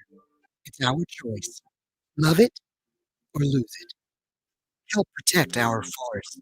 Visit World Wildlife Fund at wwf.org/love. Teachers are dynamic leaders, shaping a new generation. They bring a variety of perspectives from diverse backgrounds, innovating how they teach to prepare students for our fast-changing world. Achieving this takes skill and expertise. They're tireless explorers, creatively discovering a universe of solutions, telling stories, experimenting, inspiring, mentoring, connecting cultures, and connecting with each other, leading by example. Experience the unique joy of helping students thrive. Teaching is a journey that shapes lives. Are you ready to begin? Explore teaching at teach.org, a campaign supported by the U.S. Department of Education, teach.org, and 1 million teachers of color. Colorectal cancer is now the leading cancer killer in men under 50 and the second leading cause of cancer death for women under 50. The American College of Radiology urges you to get screened starting at age 45. Insurance companies are required to cover not only colonoscopy, but also virtual colonoscopy and other less invasive exams. Talk to your doctor about your options. For more information on virtual colonoscopy, visit radiologyinfo.org/virtual CT. You're listening to the Sam Bourquin Show on AM 1310 WDPN. And we're back for the final 5 minutes or so. Hey, I want to give another shout out to Nick Sirianni, former Mount Union football player, and just great job as an assistant coach here. Well, he has been rewarded by the Philadelphia Eagles. If you missed it earlier today, we told you that the Eagles have agreed to a long-term contract extension with Coach Nick Sirianni, and he will be around for quite a while. Now, Philly didn't announce a lot of the specifics regarding, but I got a quote here from the CEO, the man that writes those checks, Jeffrey Lurie. He praised Sirianni for his authentic style of leadership, among many other things. Nick Sirianni, at the age of 43, doing it in the National Football League. Oh, did I tell you that they won the Super Bowl last year?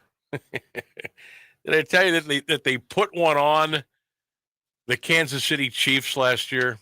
Yeah. 14-3 in the regular season, and they got to the Super Bowl for the second time in 4 years under Coach Nick Sirianni. Congratulations, Coach, and keep up the good work in the city of brotherly love. All right, our poll question of the day: when should kids get their driver's license? What age are you comfortable with? 15, 16, 17, 18? Hit us up on the text line at 330-924-7088 or get a quick call in if you want at 330-821-1310. Where do you stand on that? Where do you stand on that, Mr. Rainsberg? So I'm of the opinion that some people will never be a good driver no matter how old they are. So could be. You know, I personally, I was like so excited to get my license when I was 15. The day I turned 15 and at 15 and a half, I was screaming at my mom to take me to get my permit. Wow. Okay. So I was obsessed with driving from a child. I'm not sure why. Just always thought it was cool. So I can't really say much because I had my license the second I could possibly have it when I was a teenager. So. No, so you were ready to go. You were rip-roaring and ready to go. Let me on the road. I wanted my license so bad. Wow. Bad. What was your first car? Remember? I had I think it was a 96 Pontiac. Oh, God. Why am I blanking on the model of it now? Oh, that's going to kill me. A Grand Am. Pontiac Grand Am. Yep. What color? It was originally red, a little more orange when I got it. Oh, okay. Yeah, it was pretty beat up. It was a POS. Nothing worked. So you were perfect. You were first cruising around the mean streets of Alliance in your Pontiac Grand Am. Yes, I was. Okay. It was my baby. I still have the door key from it on my key ring. Oh, no kidding. Kept it.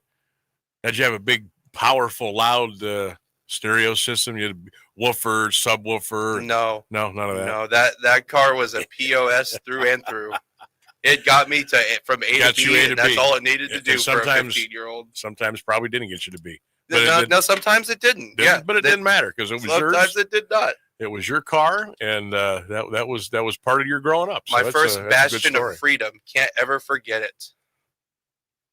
My first car was a. God, it was so embarrassing. It was a Catalina, and I don't even know who made those. It might have been a Pontiac. Yeah, I'm not sure. That does not ring a bell. It was just gross. It was a big gas hog. It was multicolored gray. I mean, it was so embarrassing. It made noise. It was so bad. But man, I think that's good. It was so bad. But I was proud of my stereo system, man. Absolutely. I was proud of that thing. I don't think anybody's first car should be nice. Oh, it was bad. Your first car should absolutely be a nightmare. It was bad. It's a rite of passage. Oh, all right, Phil, take us home. Oh, yeah, absolutely. It's about that time. It's about that time. That's going to wrap up today's edition of the Sam Bourquin Show here on 1310 WDPN. Thanks to my producer extraordinaire, Ryan Rainsberg, all of the callers, emailers, texters, and commenters. Also want to shout out our guests today, Aiden Longwell and Dan Mazzarelli. Fellas, thanks for coming on today and spending some time with us here on 1310 WDPN. Hey, got a big show coming your way tomorrow. Don't forget Todd Blackledge from NBC Sports will join us Wednesday in the 5 o'clock hour and working on some other cool stuff for you as well. Have a great night, everybody. Be safe. Go Browns. Go Bucks. Go Cavs. Go Guards. Good night.